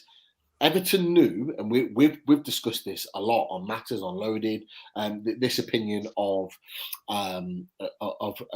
the situation with Everton, in that they've spent nearly £500 million since their new kind of financial backer came in, and they are no better off. In fact, they're probably worse off in their position in the Premier League right now than before they spent that £500 million. Now, they're in a position where they are struggling to sign any players of note because of that FIFA fair play, or that standing in which they are right now. And so it goes back to my point that they could have gone for other managers, maybe more progressive managers, but they went for Rafa Benitez for one thing and one thing only, is that he knows how to get the best out of players, or so we think, without spending a lot of money. And I think this was a down season for Everton. I think this was a season that they knew, having spent the money on Ancelotti, having spent the money on James Rodriguez, on Decore, on a number of other players, that they could not sign many players. And they couldn't build another squad again after Ancelotti left. And I think Ancelotti knew this, which is why he tried to get out and went to Real Madrid. And I think they knew this, which is why they got Rafa Benitez in. I don't believe Rafa Benitez will get sacked. One, because they don't have the money to release him of his contract, because Rafa Benitez in his contracts, they would have to pay a significant amount of money to get him out of a 2-3 year contract that he's got. I don't think they've got the money to do that. The second thing is that what manager in their right mind would come into this Everton team right now with the squad of players that they've got and the situation that they're in, and knowing that you don't have money to sign players. Now, if they kept Rafa Benitez for the season and then just released him in the summer and said, right, thank you for what you did this season, off you go, and paid him off that way, after a year of not spending, they would have significantly more money to be able to spend and not hit that FIFA fair play kind of barrier. And I think that's what Everton's doing. I don't think Benitez thinks like that, because I think they've sold Benitez up a river slightly. And I think this is what the board are doing behind the scenes. They're trying to get him through a difficult transition period financially, and then they'll get rid of him and they'll get a manager in that they want to be able to put their financial backing behind. And I think that's why there was so many issues up in the board with regards to whether they wanted to take Rafa or not. And I think that's why they're having their problems now. Because I honestly believe Rafa Benitez would have got sacked a number of weeks ago. And I think the reason that they haven't is because they want to keep him in there, because he's the only one that can keep the ship sailing in this financial predicament. But boys, what are your thoughts on that? Chris first, and then we'll come to you, Tony. Yeah, it's an interesting point, Pete. I mean, my only thing with Rafa is obviously the owners must be looking at it now and thinking, as soon as we get rid of Rafa Benitez, things are going to go on the up. Because quite honestly, I think Liverpool fans would take anybody but Rafa Benitez. Everton fans would take anybody but Rafa Benitez right now. And I do think that things will just go on the upward trajectory as soon as he leaves. But I do take your point. No manager of any credibility would take the job, because it's not a very attractive job, is it? They're not allowed to bring in their own players. They're working to a very tight budget. The squad isn't good enough, and they're basically battling to stay up. So you could be absolutely right when you say that they're just going to hang on to Rafa for as long as they can and then move him on. But my only thought on it is that they could kind of make all those problems go away by giving it to Duncan Ferguson, because Everton fans adore Duncan Ferguson, and he did all right as an interim manager before Ancelotti came in. And what I found interesting as well is that Ancelotti, when he left for Real Madrid, tried to take Duncan Ferguson with him, and Duncan Ferguson said, "No thanks, I'll stay where I am." And that to me just screams of, the board were considering him, and then I think they gave it to Rafa Benitez, and they've said to him, "Listen, stick around. When Rafa's gone, you're getting the job next." Because genuinely, I don't think there's anybody else out there at the moment who they could attract to Everton as a manager, because I don't see anyone taking the job. Yeah. Tony, what are your thoughts? Yeah, I agree with what you're saying, I suppose. Yeah, in a way. And then obviously, like you say, in the summer, they can obviously say to him, sorry, it hasn't worked out this season. There's a payoff, off you go, and have somebody else in. And And with what Chris is saying, yeah, probably Duncan Ferguson's probably next in line to get the job full time, because he's done it a couple of times as caretaker and he's always done well. So yeah, maybe he is prime for the next manager of Everton. But yeah, I take your point on that. It will cost him a lot to get rid of Benitez now. Yeah. Maybe in the summer it might be a lot cheaper to get rid of him. Another side question. It was said further up on the chat earlier on in the show. Would you take Rafa as a director of football? Chris, would you take him? Yes or no? And tell us why. I'm going to say no. And the reason I say that is because Rafa's very much his own man. And I think Rafa likes to be involved in everything. And I could see Rafa rubbing the manager up the wrong way. I mean, if it was with Eddie Howe, it'd probably be okay. But Rafa tends to want his own way, doesn't he? And Rafa has a history, as we all know, of falling out with owners. Always battling, always wanting more. And I don't know if he would be a good fit as a director of football. No, do you know what? I think, and this sounds harsh, I think Rafa made his bed with Everton, and I think he needs to lie in it. And I think as a club, we just need to, rather than look back, we need to move forward. And I'm not, and by the way, I'm not even convinced he'd take a director of football role. I think he wants to be a manager. And would I swap Eddie Howe for Rafa now? No. I'm quite happy on the the journey that we're under with Eddie Howe, and I think we need to just get behind him and not complicate things. I know obviously we're going to be looking to bring in a technical director or a sporting director or director of football, but let's just keep it fresh and new. I wouldn't necessarily, and don't forget as well, Rafa isn't an experienced director of football. So we all know how committed he is, how how meticulous he is. Would that role even suit him? Would he be getting too involved, and then it causes friction between the managers? Between the manager and the owners, and then the players. And no, not for me. Not for me. Tony, what are your thoughts? Yeah, Chris has sort of took the words out of my mouth as well. No, I wouldn't have him in as director of football. I'll say what Chris is saying as well. Obviously, Benitez is his own man, and he wants to be a manager. He wants to be on that training pitch, doing the drills and getting them ready for the match. And I couldn't see him sitting in a boardroom and doing director of football. I don't think he would want to do that anyway. And obviously we're now fresh. We just want to move on. And like Chris says, we don't want to look back. And that's right. You don't want to really go back. So I would say no to that on director of football. But on transfers, there was one interesting thing I saw tonight. I was watching Sky at 5:00. That transfer centre was on, and Adama Traore, there's a new name for Newcastle at the minute, and he's a centre half, German centre half called Nico Schlotterbeck. Yeah, plays for Freiburg. Oh no, I've not seen that. Apparently he's in the under 21s, and he's been in the full squad but not capped yet. Okay. But that's what they said. That's a new name thrown in tonight, and he's 22-year-old. And Freiburg are third in the German league at the moment. Bring him in. I don't know much about him, but I did have a look on Wikipedia, and he does look to be quite a good defender. He's not left-footed, is he? I don't know. I didn't look at that bit. We know we're after a left-footed centre back. So if I'm right, Chris, I think he is a left-footed centre back, and I think that's why, from what Tony said, that's why Sky put that out there. And the reason they put it out there is because he would potentially be the second backup. If we didn't get the Botman deal through, that he would be the next guy that we go through, because they are clearly looking to replace Kieran Clark. I think if I was Kieran Clark, I would be actively looking for another team right now, because after his performances during the Christmas period, but even before then, I think his days were numbered, and I think he knows that. And the fact that we're actively looking for a left-sided centre back, I think that tells you that you're not wanted in this team moving forward. And that's what they want more than anything. We will get a left-sided centre-back in by the time this transfer window finishes. It will either be Botman, it will either be, and I can't pronounce his name, but the player That's what. Yes, that's the one. Or Aki.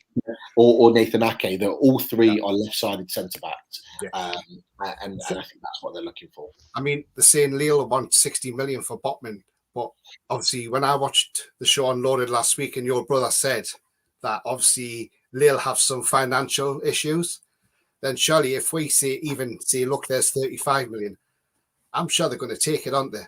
Do you know what, Tony? It's a great point. And I know, Pete, I think you starred the comments saying, someone mentioned 70 million, someone said 60 million. And I think it was Rachel again, actually, who said, were they just trying to drive the price up? And I think that's exactly what they're doing. And you know yourself when you're bartering, if you want someone to buy something off you for 20 million, say it was 20 million, you want 20 million, you're going to ask for 50 million, because then the other people are going to come back and go, oh, what about 15 million? Then you go, no, 40 million. And it just, the price just keeps creeping up. And as soon as they get the price they want, you go, sound all right, done deal. They know they're not getting 60 million for him. They know they're not. Oh, no, they're not going to get 60 million for him. They wouldn't get 60 million for Botman even in the summer, because the top teams wouldn't pay 60 million for him, because he's 21 years old. He's had a fantastic season at Lille, but it isn't justifying the 60 million just yet. Now, I think anything over 40 million we're overpaying. But I think anything between 30 and 40, I think we should be paying now. I think that's what Newcastle have been. Newcastle, at the moment, there's a situation with AC Milan and with Newcastle.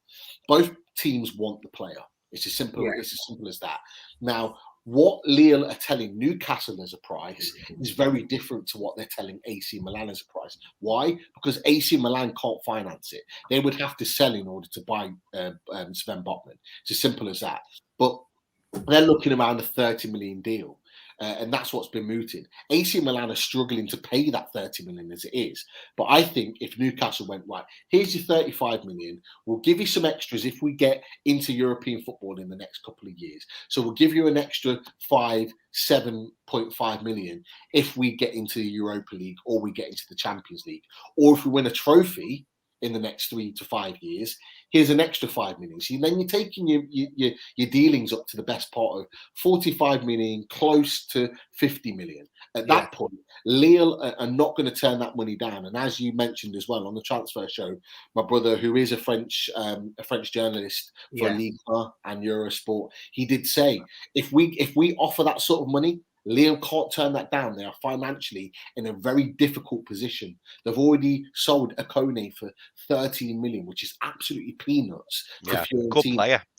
He's a fantastic right winger, and they've sold him for 13 million to Fiorentina. They need the money.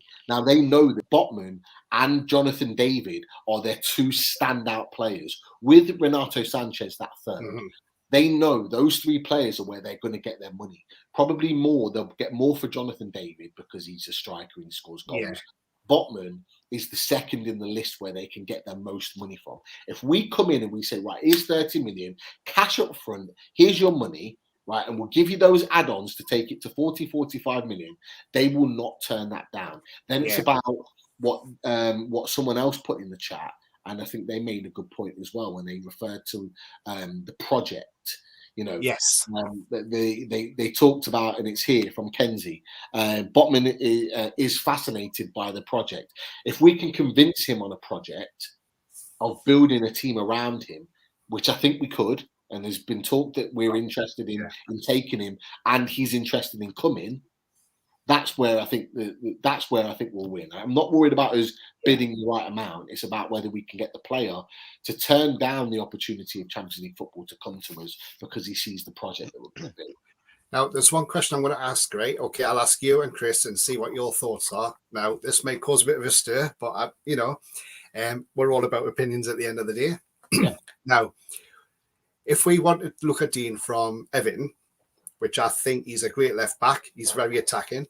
Now, if we went for him, would you either loan or use as part exchange Sean Longstaff to get him in the club? Yeah.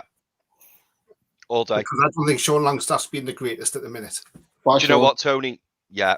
Thanks for the service. See you later. we're so far from Sean Longstaff now. It's unreal. I mean, you know, I know he's a Geordie, and I hope he goes on and has a successful career. He's not going to be anywhere near that centre midfield in the next 12 months. And what did you think about his comments last week? We slated all the fans calling Joe Linton.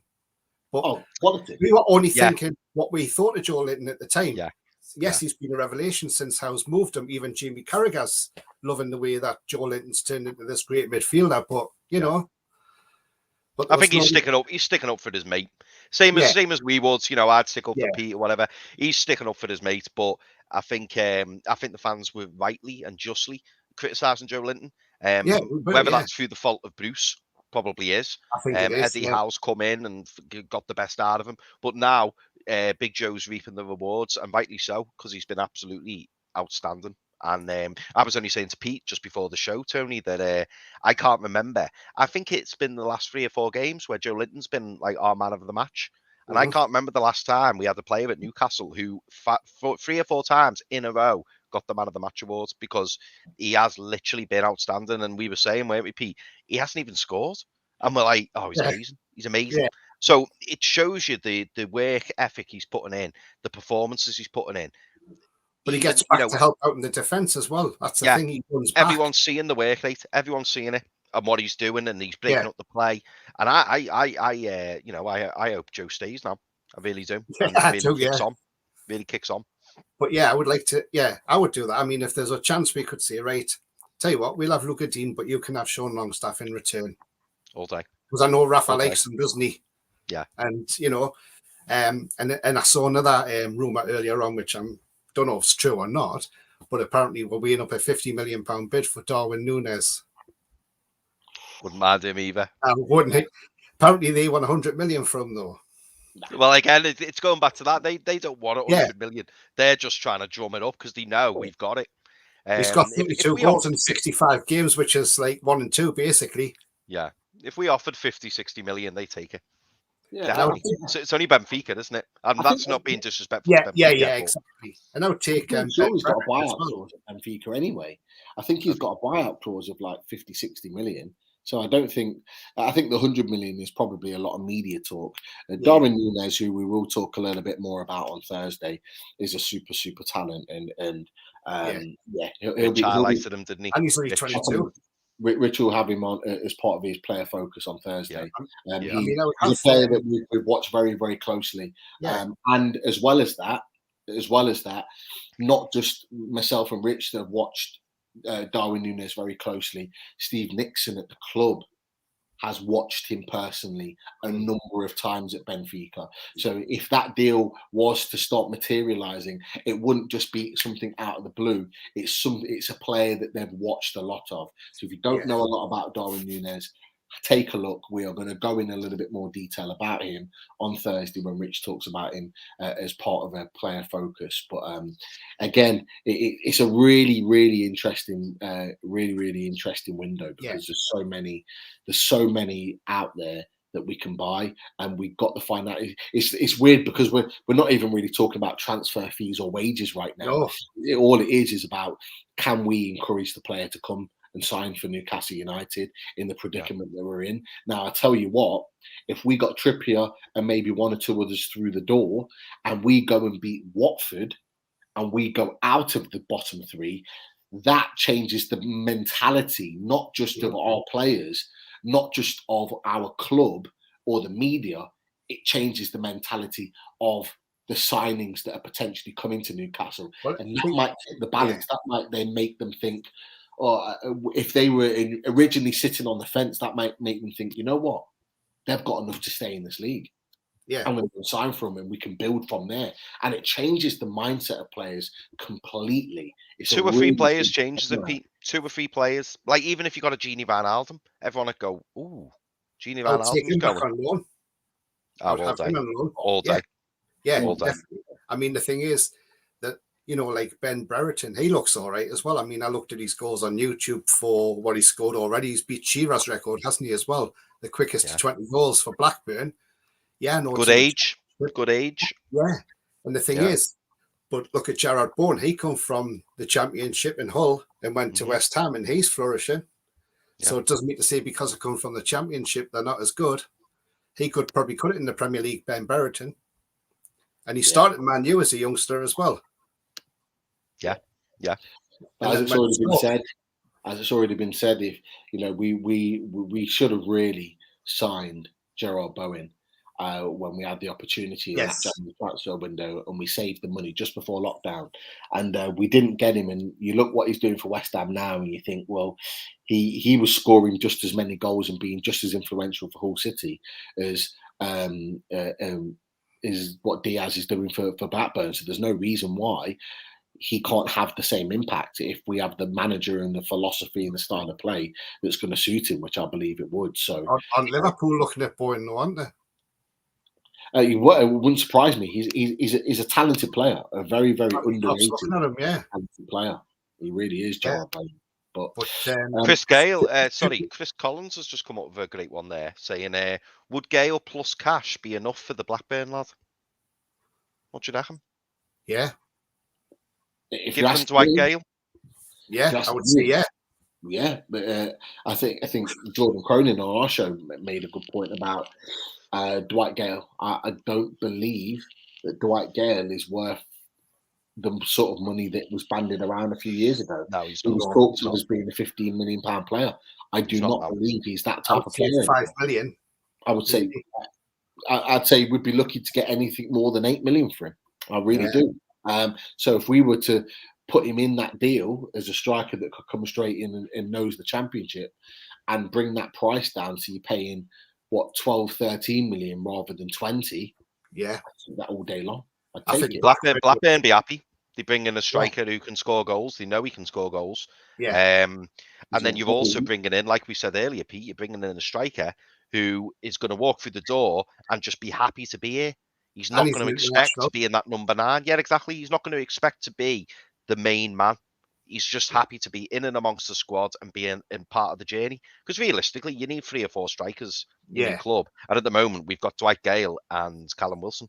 Because I'm not even classing Joe as a striker because he's not. No. The thing is, so when Trippier comes in, he could be the signing that starts the snowball effect. And everybody else comes in because, I mean, he's a current England international as well, which you've got to remember. And he set the goal up in the Euro final for Luke Shaw. Yeah. So, and if the current England international is willing to come to us, even though we're in the bottom 3 at the moment, then other players will think, well, hang on a minute. If he's gone, there must be something good about that. And then everybody else will follow. But hopefully we might have 2 or 3 players in by the time we play Watford. And like I say, I can see we're beating Watford because they're no great shakes. No, not at all. And I think we'll get something at Leeds as well, because Leeds are not that great either, are they? They just Leeds are the best. But I've heard Tarkowski's apparently told Burnley he wants to leave. He won't sign a new deal with them and he wants to come here, apparently. We mentioned it earlier that some of the Burnley fans that we know from doing the away days on Loaded, they'd been mentioning that actually a lot of the fans have been really disappointed with Tarkowski, and they seem to think their mindset is that he's down tools at Burnley because he wants out in January. They've said, and it's been reported as well, that he wants to go to Newcastle. He wants to come and join us in this window. He sees it as the perfect time to leave the club, and it gives the club the opportunity to get some money for him. But I think at the moment it's Burnley's reluctancy to release him now. If we were to go and beat Watford and go above and out of the bottom 3, I think that would make it even more difficult, because we're in a position already of strength in that we're ahead of Burnley, and us bringing Tarkowski in and motivated Tarkowski at a new club can only be a good thing for Newcastle United. I'm not taking these performances from Tarkowski that, he's not the same player anymore. He's a player that doesn't want to play for that club anymore. We've seen it. We saw it in 2009. We saw it again in 2016. When you've got players that don't want to be at the club anymore, they down tools. It's as simple as that. Janmat, for example, was one of them. We go back even further than that. Michael Owen, Mark Viduka, Everton Martins. You go back for all those players that should have kept Jeremy, all those players, Nicky Butt, all those players that should have kept us in the league and didn't. Right, they down tools because they knew Damien Duff at the club. Duff being a perfect example. Yeah. All of those players didn't want to play for the club anymore. And at some point, you need to think, okay, if I've got this player here that's potentially valuable, but we're going to get nothing for him in the summer and we could still go down, or could we cash in now, invest it in a couple of players that could improve our team and give us a better chance because they're motivated to play for Burnley?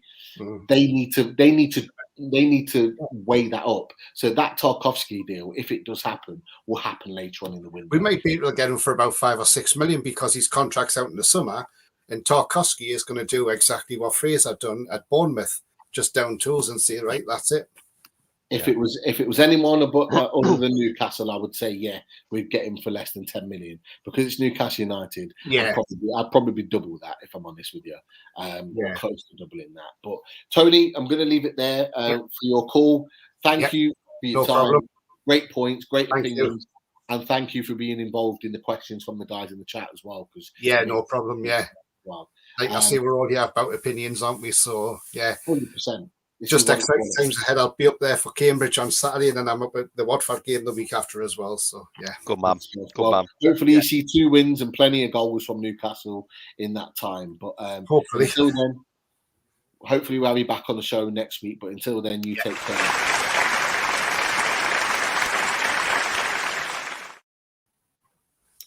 Thank you. Come on, Tony. You take care. Speak to you soon. Take care, Tony. Bye-bye. See you later, mate. Great to have Tony on.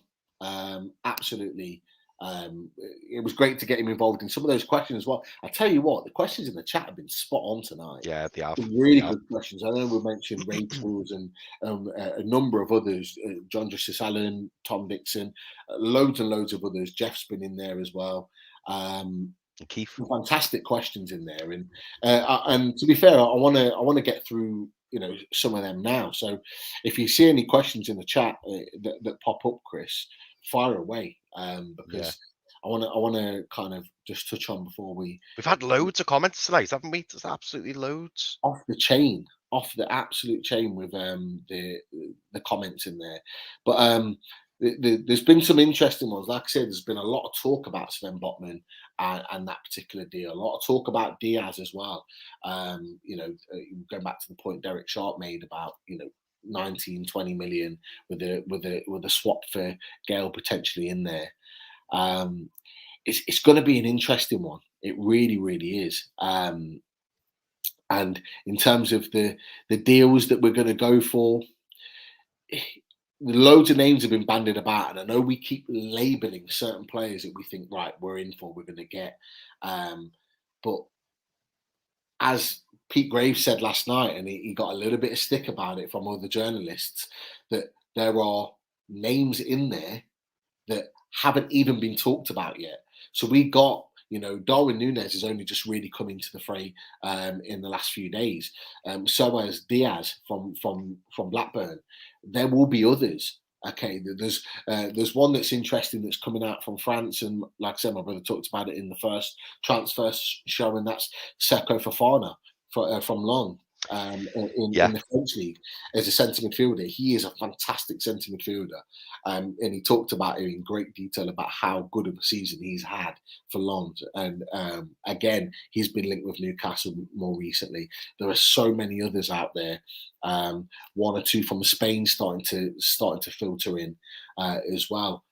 With regard to their interest, and we're not talking about the Coutinhos or anyone else anymore, but who's to say that they can't come back in and score a few surprises? But are there any questions you've seen on there, Chris, that you've earmarked, or you think we can discuss in a little bit more detail? There's one here, I like this one. Ian McKenna. My question is, are Mars bars smaller now, or are we just bigger? I like that. Mars bars have definitely got smaller. They've got smaller, haven't they? They have gone smaller. They have gone smaller. I ain't getting into this, Ian. Hey, this ain't the Stephen Holly show. This ain't Stephen Liam Kennedy where we're talking about food. This is football. We're talking football here. Forget that Mars business. God. Oh, yeah. Derek's Rose here. 19 million for Diaz and £1 for Gale. Love it. Yeah. Let's get him off the books. Get him off the books. Yeah. We need to. He's on far too Yeah, much we do. too many wages to stay in this club. 100%. Yeah. Well, do you know what? You were talking about players being linked, Pete. There was a player I mentioned a few months back who said I'd like us to go for, and he got linked the other day, and I was thinking, oh, I'd love to get him. Dennis Zakaria from Mönchengladbach. Yeah. He'd be a monster, him, in the centre midfield. Contracts out the summer as well. But yeah. I did see earlier that what was it? Man United, Real Madrid, PSG, like they're all Liverpool as well in particular. They really want him. They're all trying to take him out there. So we'll be in a difficult position to kind of take him away. This one here from Stefan Trippier, Strakosha, Denea, Lucadinha, Barkley on loan. Gabigol, Gabriel Barbosa on loan. Botman, too expensive for me. 70 million is correct. So then 2 players more instead of Botman. Okay, not a bad window. That there's some talented players in there. Interesting. Barkley's not been talked about really that much. And, I'm not big on Barkley. You know, I never have been. Like I'd take Lingard over Barkley myself. I know the Lingard rumour's kind of quieting down now, hasn't it? Because apparently Lingard's not interested. Not sure I believe that, if I'm honest. Because as soon as we sign 2 or 3 players, I think Lingard will be very interested. He could just be one of those players who's maybe looking at it now and thinking, nah. But if we sign 2 or 3 big players, mark my words, Jesse Lingard would be interested. I think he's definitely interested. And if you remember, Pete, when the takeover first went through, Jesse Lingard's agent was taking pictures at St. James's, wasn't he? And Jesse Lingard was liking them. Yeah. So unless we've cooled our interest, which I would believe is probably more true, why wouldn't he want to come to Newcastle and be part of a brand new project? Why wouldn't he? Again, in a game that Man United got beat again, I don't know details, but if anyone in the chat knows, I didn't see Jesse Lingard come on the pitch, and I don't even know if he was in the squad. That doesn't say to me a player that's going to get given opportunities at Man United under Rafa. So even more of a reason for him to move. But again, like the Tarkowski deal, on the bench. Was he on the bench? Okay, didn't come on. Nope. So. Is that Jesse Lingard? Is that going to be another one like a Tarkowski that gets done nearer the deadline towards the end of January? We've got to remember we want certain players here and now, and I think the European players that we get in, like Trippier, like the potential of Botman or 1 or 2 others, will come early because some of them are still in their or just coming out of their winter break. So it's the perfect time for them to move on right now. But some of the English-based players, I don't think teams are going to want to let them go just yet. You've got FA Cup, you've got another couple of rounds of Premier League fixtures, maybe another round of FA Cup if you get in. There's COVID at the moment, so teams are wanting to keep hold of all of their squad as much as possible. So it's a really difficult one to get domestic players in right now. But I've got no issues whatsoever that Newcastle are moving and Newcastle are trying to get players in as quickly as they possibly can. And I don't think the money or the wages are a problem at all. It's about either convincing the player or convincing the club to release the player right now. I think that's going to be our biggest problem. I see Paul Gibson starting a bit of a naughty humour, Pete. Joe Linton must have got a new girlfriend or something. There's definitely a swing in his step. I'm sure he's married. He is. That could be a naughty humour, that. Yeah. Oh, Paul. Dangerous games there. But yeah, he's been on social media sharing pictures with his little one and his partner. He seems very, very happy in his pictures, getting lots of positive comments from Newcastle. That's how it should be. You know, he's never not put 100% effort in for Newcastle. So one thing we cannot ever say that Joe Linton hasn't worked hard. Even in the games under Bruce, he always left everything on the pitch. He always gave 100%. It was just that the system and the quality wasn't there. Eddie Howe has got him playing. There's a new level of confidence in him. He's playing in the position he feels comfortable in. He's playing in a position that plays to his strengths. And we need to remember that it was the management, the ownership and the structure of the team that failed Joe Linton. I think it's very, very clear now where we all thought it was him. I think it's very clear that it's not, and it was the lack of managerial ability that stopped Joe Linton performing at the level that he was capable of. And certainly playing well now as just more of a central midfielder. Statman Keith Roll, hope you're well, mate. Hopefully speak to you soon. If a top-class manager like Carlo Ancelotti can't get Everton in the Premier League top 6, then who can? It's a great question. And I think you're absolutely right. Ancelotti clearly gone to Real Madrid and like catapulted them up the league. I think at one point I know they lost yesterday, but they're like 10 points clear. Like he's done that with a very aging squad. Absolutely brilliant from Ancelotti, and I think it says a lot more about Everton than it does anyone else. Pete, on a non-Newcastle subject, I mean, it could be a Newcastle subject, depending on your answer. But what are your thoughts on? Well, I've got 2 questions for you actually. The first one is, what are your thoughts on the Lukaku situation? Oh, good question. Lukaku's Lukaku. Okay, Lukaku is a very, very confident young man. I say young man, he's 28, he's still very young, and he's in the prime of his career. He's a very, very confident young man, and he'll say what he feels, and he'll say and have his opinion. I think he's been badly advised. I think look, it would be his agent and his advisors that would have set up that interview with the Italian, whoever they were, the journalist or whoever he had the interview with. It would be his agents and people around him that would have set that up, knowing what would have happened in that and the likely questions that would have been asked. I think he's been really, really badly advised. I think his Chelsea career is finished. Not that he'll leave, but I think he'll stick it out. But I think the Chelsea fans will not see him in the same light now. He came back as this ultimate saviour just after they won the Champions League. I don't think he wanted to leave. I think he was forced to leave. And I think he was forced to leave because Inter Milan didn't have the financial money to keep him. And from the money that was on offer for him, they had to reinvest. I think it was very clear that they sold him for 80+ million and then got Edin Dzeko in for peanuts as a replacement because they just haven't got the money. You know, I think he's been badly advised. He never wanted to leave Italy, but to come out and say that on the cusp of such a big game against Liverpool that could have really turned around their season, I just think it's just poor, just really, really poor. However, Lukaku is a player, and I know they talked about it on Sky, and I don't really agree with him very often, but I really did agree with Graham Souness. And Graham Souness talked about Lukaku in that, you know, Lukaku will be frustrated because he's been fit for a while now, but not been playing regular football. Yeah. Lukaku is that type of player, and Souness talked about it. There are certain players that in order to get your best out of them, they have to be playing every week, regardless of their fitness levels. So as soon as they're physically fit to be on the pitch, they need to be playing, and they build their fitness up whilst playing.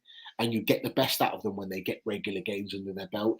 He used the example Souness did of Wayne Rooney. Wayne Rooney was exactly the same. Wayne Rooney couldn't come off the bench and be as effective in the same way as if he started a game. Wayne Rooney has to play football. He had to play football. He had to get 3 or 4 games under his belt before you really saw the best of him. So when Mourinho took over and we started benching him, that's why he started drifting out games and not really playing very well, which is eventually why he moved on to Everton. Lukaku's in the same mould. They have to look after their fitness and train hard every single day to maintain their fitness to a certain level. Lukaku knows that, I think, in himself, and the fact that he's not playing and coming off on the bench and playing bit part, I think it's frustrating him. I think after he scored that winning goal against Aston Villa, he expected to play and start, and I think he got wind that he wasn't going to be playing again. And he's kicked a fuss. And he's kicked up a fuss. He's been badly advised, and that's just my opinion on that. And I think his Chelsea career will never be the same now. Fans won't look at him in the same way, but Chelsea will dig their heels in and say, "You're not going anywhere. You're going when we say you're going, not anywhere else." And that's what a proper big club does. You are the club. You hold the line. The player has to walk that line. The player can down tools and find themselves on the bench, but ain't going to play for the next 2 years. And we'll sell you when we're ready. Or you book up your ID to pay fantastically well. Chelsea get a bag load of money for him in the summer at 29 years old, and he moves on and everybody's happy. But Lukaku won't be seen in the same way at Chelsea anymore. Yeah, no, I agree, mate. I totally agree. My other question as well, Pete, is that quick one. I know you commented on it on social media, and obviously with the Watford game coming up, it's quite an important one. But there's rumours, I don't know if it's confirmed, but there's rumours that Watford are refusing to let Emmanuel Dennis and Ismail Assar go to the AFCON Cup of Nations, and apparently they've bared their teeth. What are your thoughts on that? I mean, is that confirmed? Have they definitely not gone, or are they just trying to cling on to them? Yeah, so Ismail Assar and Emmanuel Dennis, both of them have not gone. Do I think that situation will change? I think it will. I think both of them will go at some point, or Emmanuel Dennis will certainly go at some point. There's a bit of a grey area with Ismail Assar, but I think the situation's a disgrace. Osimhen for Napoli, the Nigerian striker, the same situation's happened. They've refused to let him go to the African Cup of Nations. I think it's an absolute disgrace that players are not allowed to represent their countries at a major tournament. And regardless of what other people in football think, the African Cup of Nations is a major tournament in world football. It is. It's the opportunity for the African players to represent their country in a massive tournament for their country, like for the country for Africa. Like it's massive. And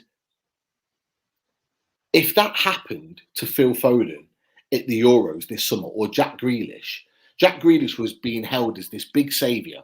Okay, and to be fair, he played his part. He had some fantastic moments coming off the bench and really lit up the England team when he played. But if he was told before the tournament, you're not allowed to play because it fits in with the end of the season, for example, with Aston Villa, there would be uproar. Gareth Southgate would be kicking off. That would be mainstream media news. Yeah. Well, and the fact that it's happened, and really not many people have talked about it. I think Ian Wright's talked about it a couple of times, and maybe one or two others, but it's not been the same news. I think it's an absolute disgrace. They should be held to account. There should be fines. They should be issuing Watford, because you're not supposed to hold back internationals. I remember England and the FA kicked off years ago when Steven Gerrard didn't turn up for England because he said he had a slight injury, but then was training for Liverpool, because I think they had a big game against Man United or Chelsea or someone after the international break, and they didn't want him to get injured. But he pulled out, citing an injury that wasn't there. They kicked off with Liverpool. They went absolutely mad at Liverpool, threatened to fine them, all this other stuff that went off. There's nothing for Watford. Now, I understand why Watford are doing it. I understand why Watford are not wanting to let their better players go, but they signed them. They knew they were African players. They knew that they were going to be going to the African Cup of Nations in January. You knew that when you bought the players. You either buy an additional player to supplement that player going, or you don't buy the player at all. It's as simple as that. You know, historically, Manchester United as a club haven't brought many African players, if any, for that exact reason. And Sir Alex Ferguson was adamant on that, is that he knew with those players leaving in January, it would leave his squad really, really bare. So therefore, he didn't sign African players for that reason. Not because he didn't rate them. He hugely rated African players and their talents, but didn't allow the club to buy them because they knew it would heavily impact them on a season. Yeah. We saw it with Chelsea, with Drogba's and various other players where they had to go, and they really suffered on the back of that. Well, look at Liverpool now with Mane and Salah. But yet Liverpool haven't caused that problem. They've allowed those players to go. No. So they understood the situation. So, I just think it's been poorly managed. I think Emmanuel Dennis will go. The grey area with Ismail Assar is because he's been injured for a long time and he's not supposedly back until the end of January anyway, with regards to his injury, which will take them until the end of the tournament. So that I think that's where Watford are trying to get away with that one. But the fact that they've not let Emmanuel Dennis go is just kind of wipes that Ismail Assar issue out, because they've not let a fully fit player go. And I reckon there's been some arguments, and I think that's why Emmanuel Dennis was brought off at half time, because I reckon he's down tools. I don't think he's happy about it, and rightly so. You should be allowed to represent your country. There's no doubt about that. Absolutely.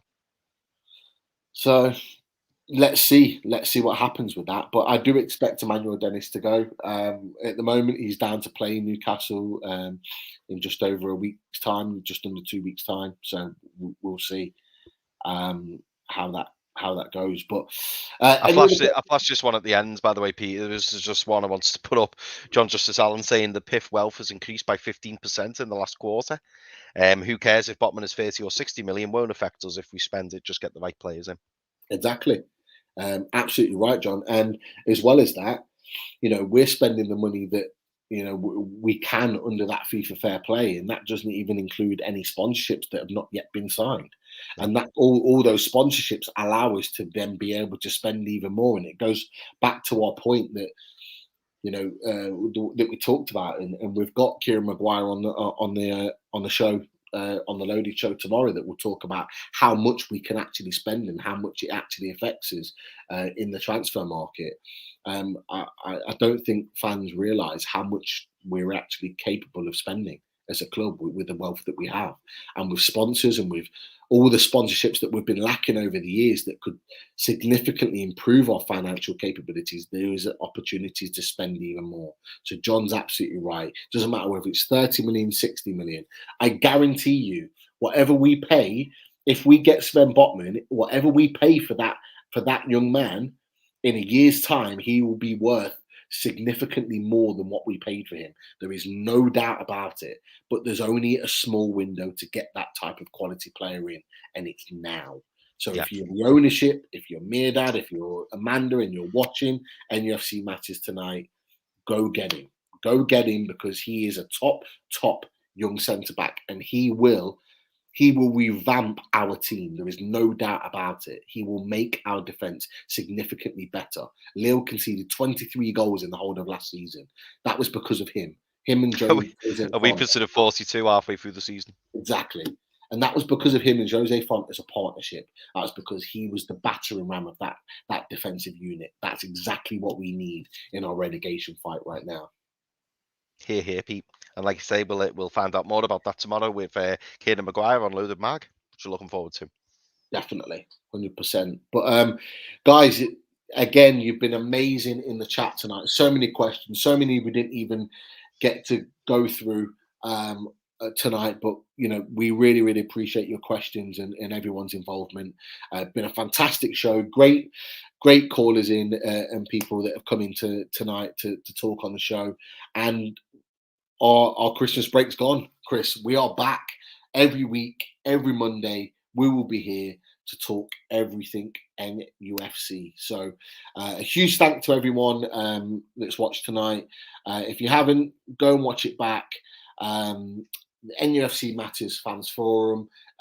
It's going to be a hell of a ride in this very, very crazy transfer window. But you know what, Newcastle fans, let's just be excited about it, because we're going to get a hell of a lot of players in that will change our season, hopefully. But again, thank you all. Chris, pleasure as always. Thanks, mate. To share it, the show with you, and we'll be back next week. You guys take care.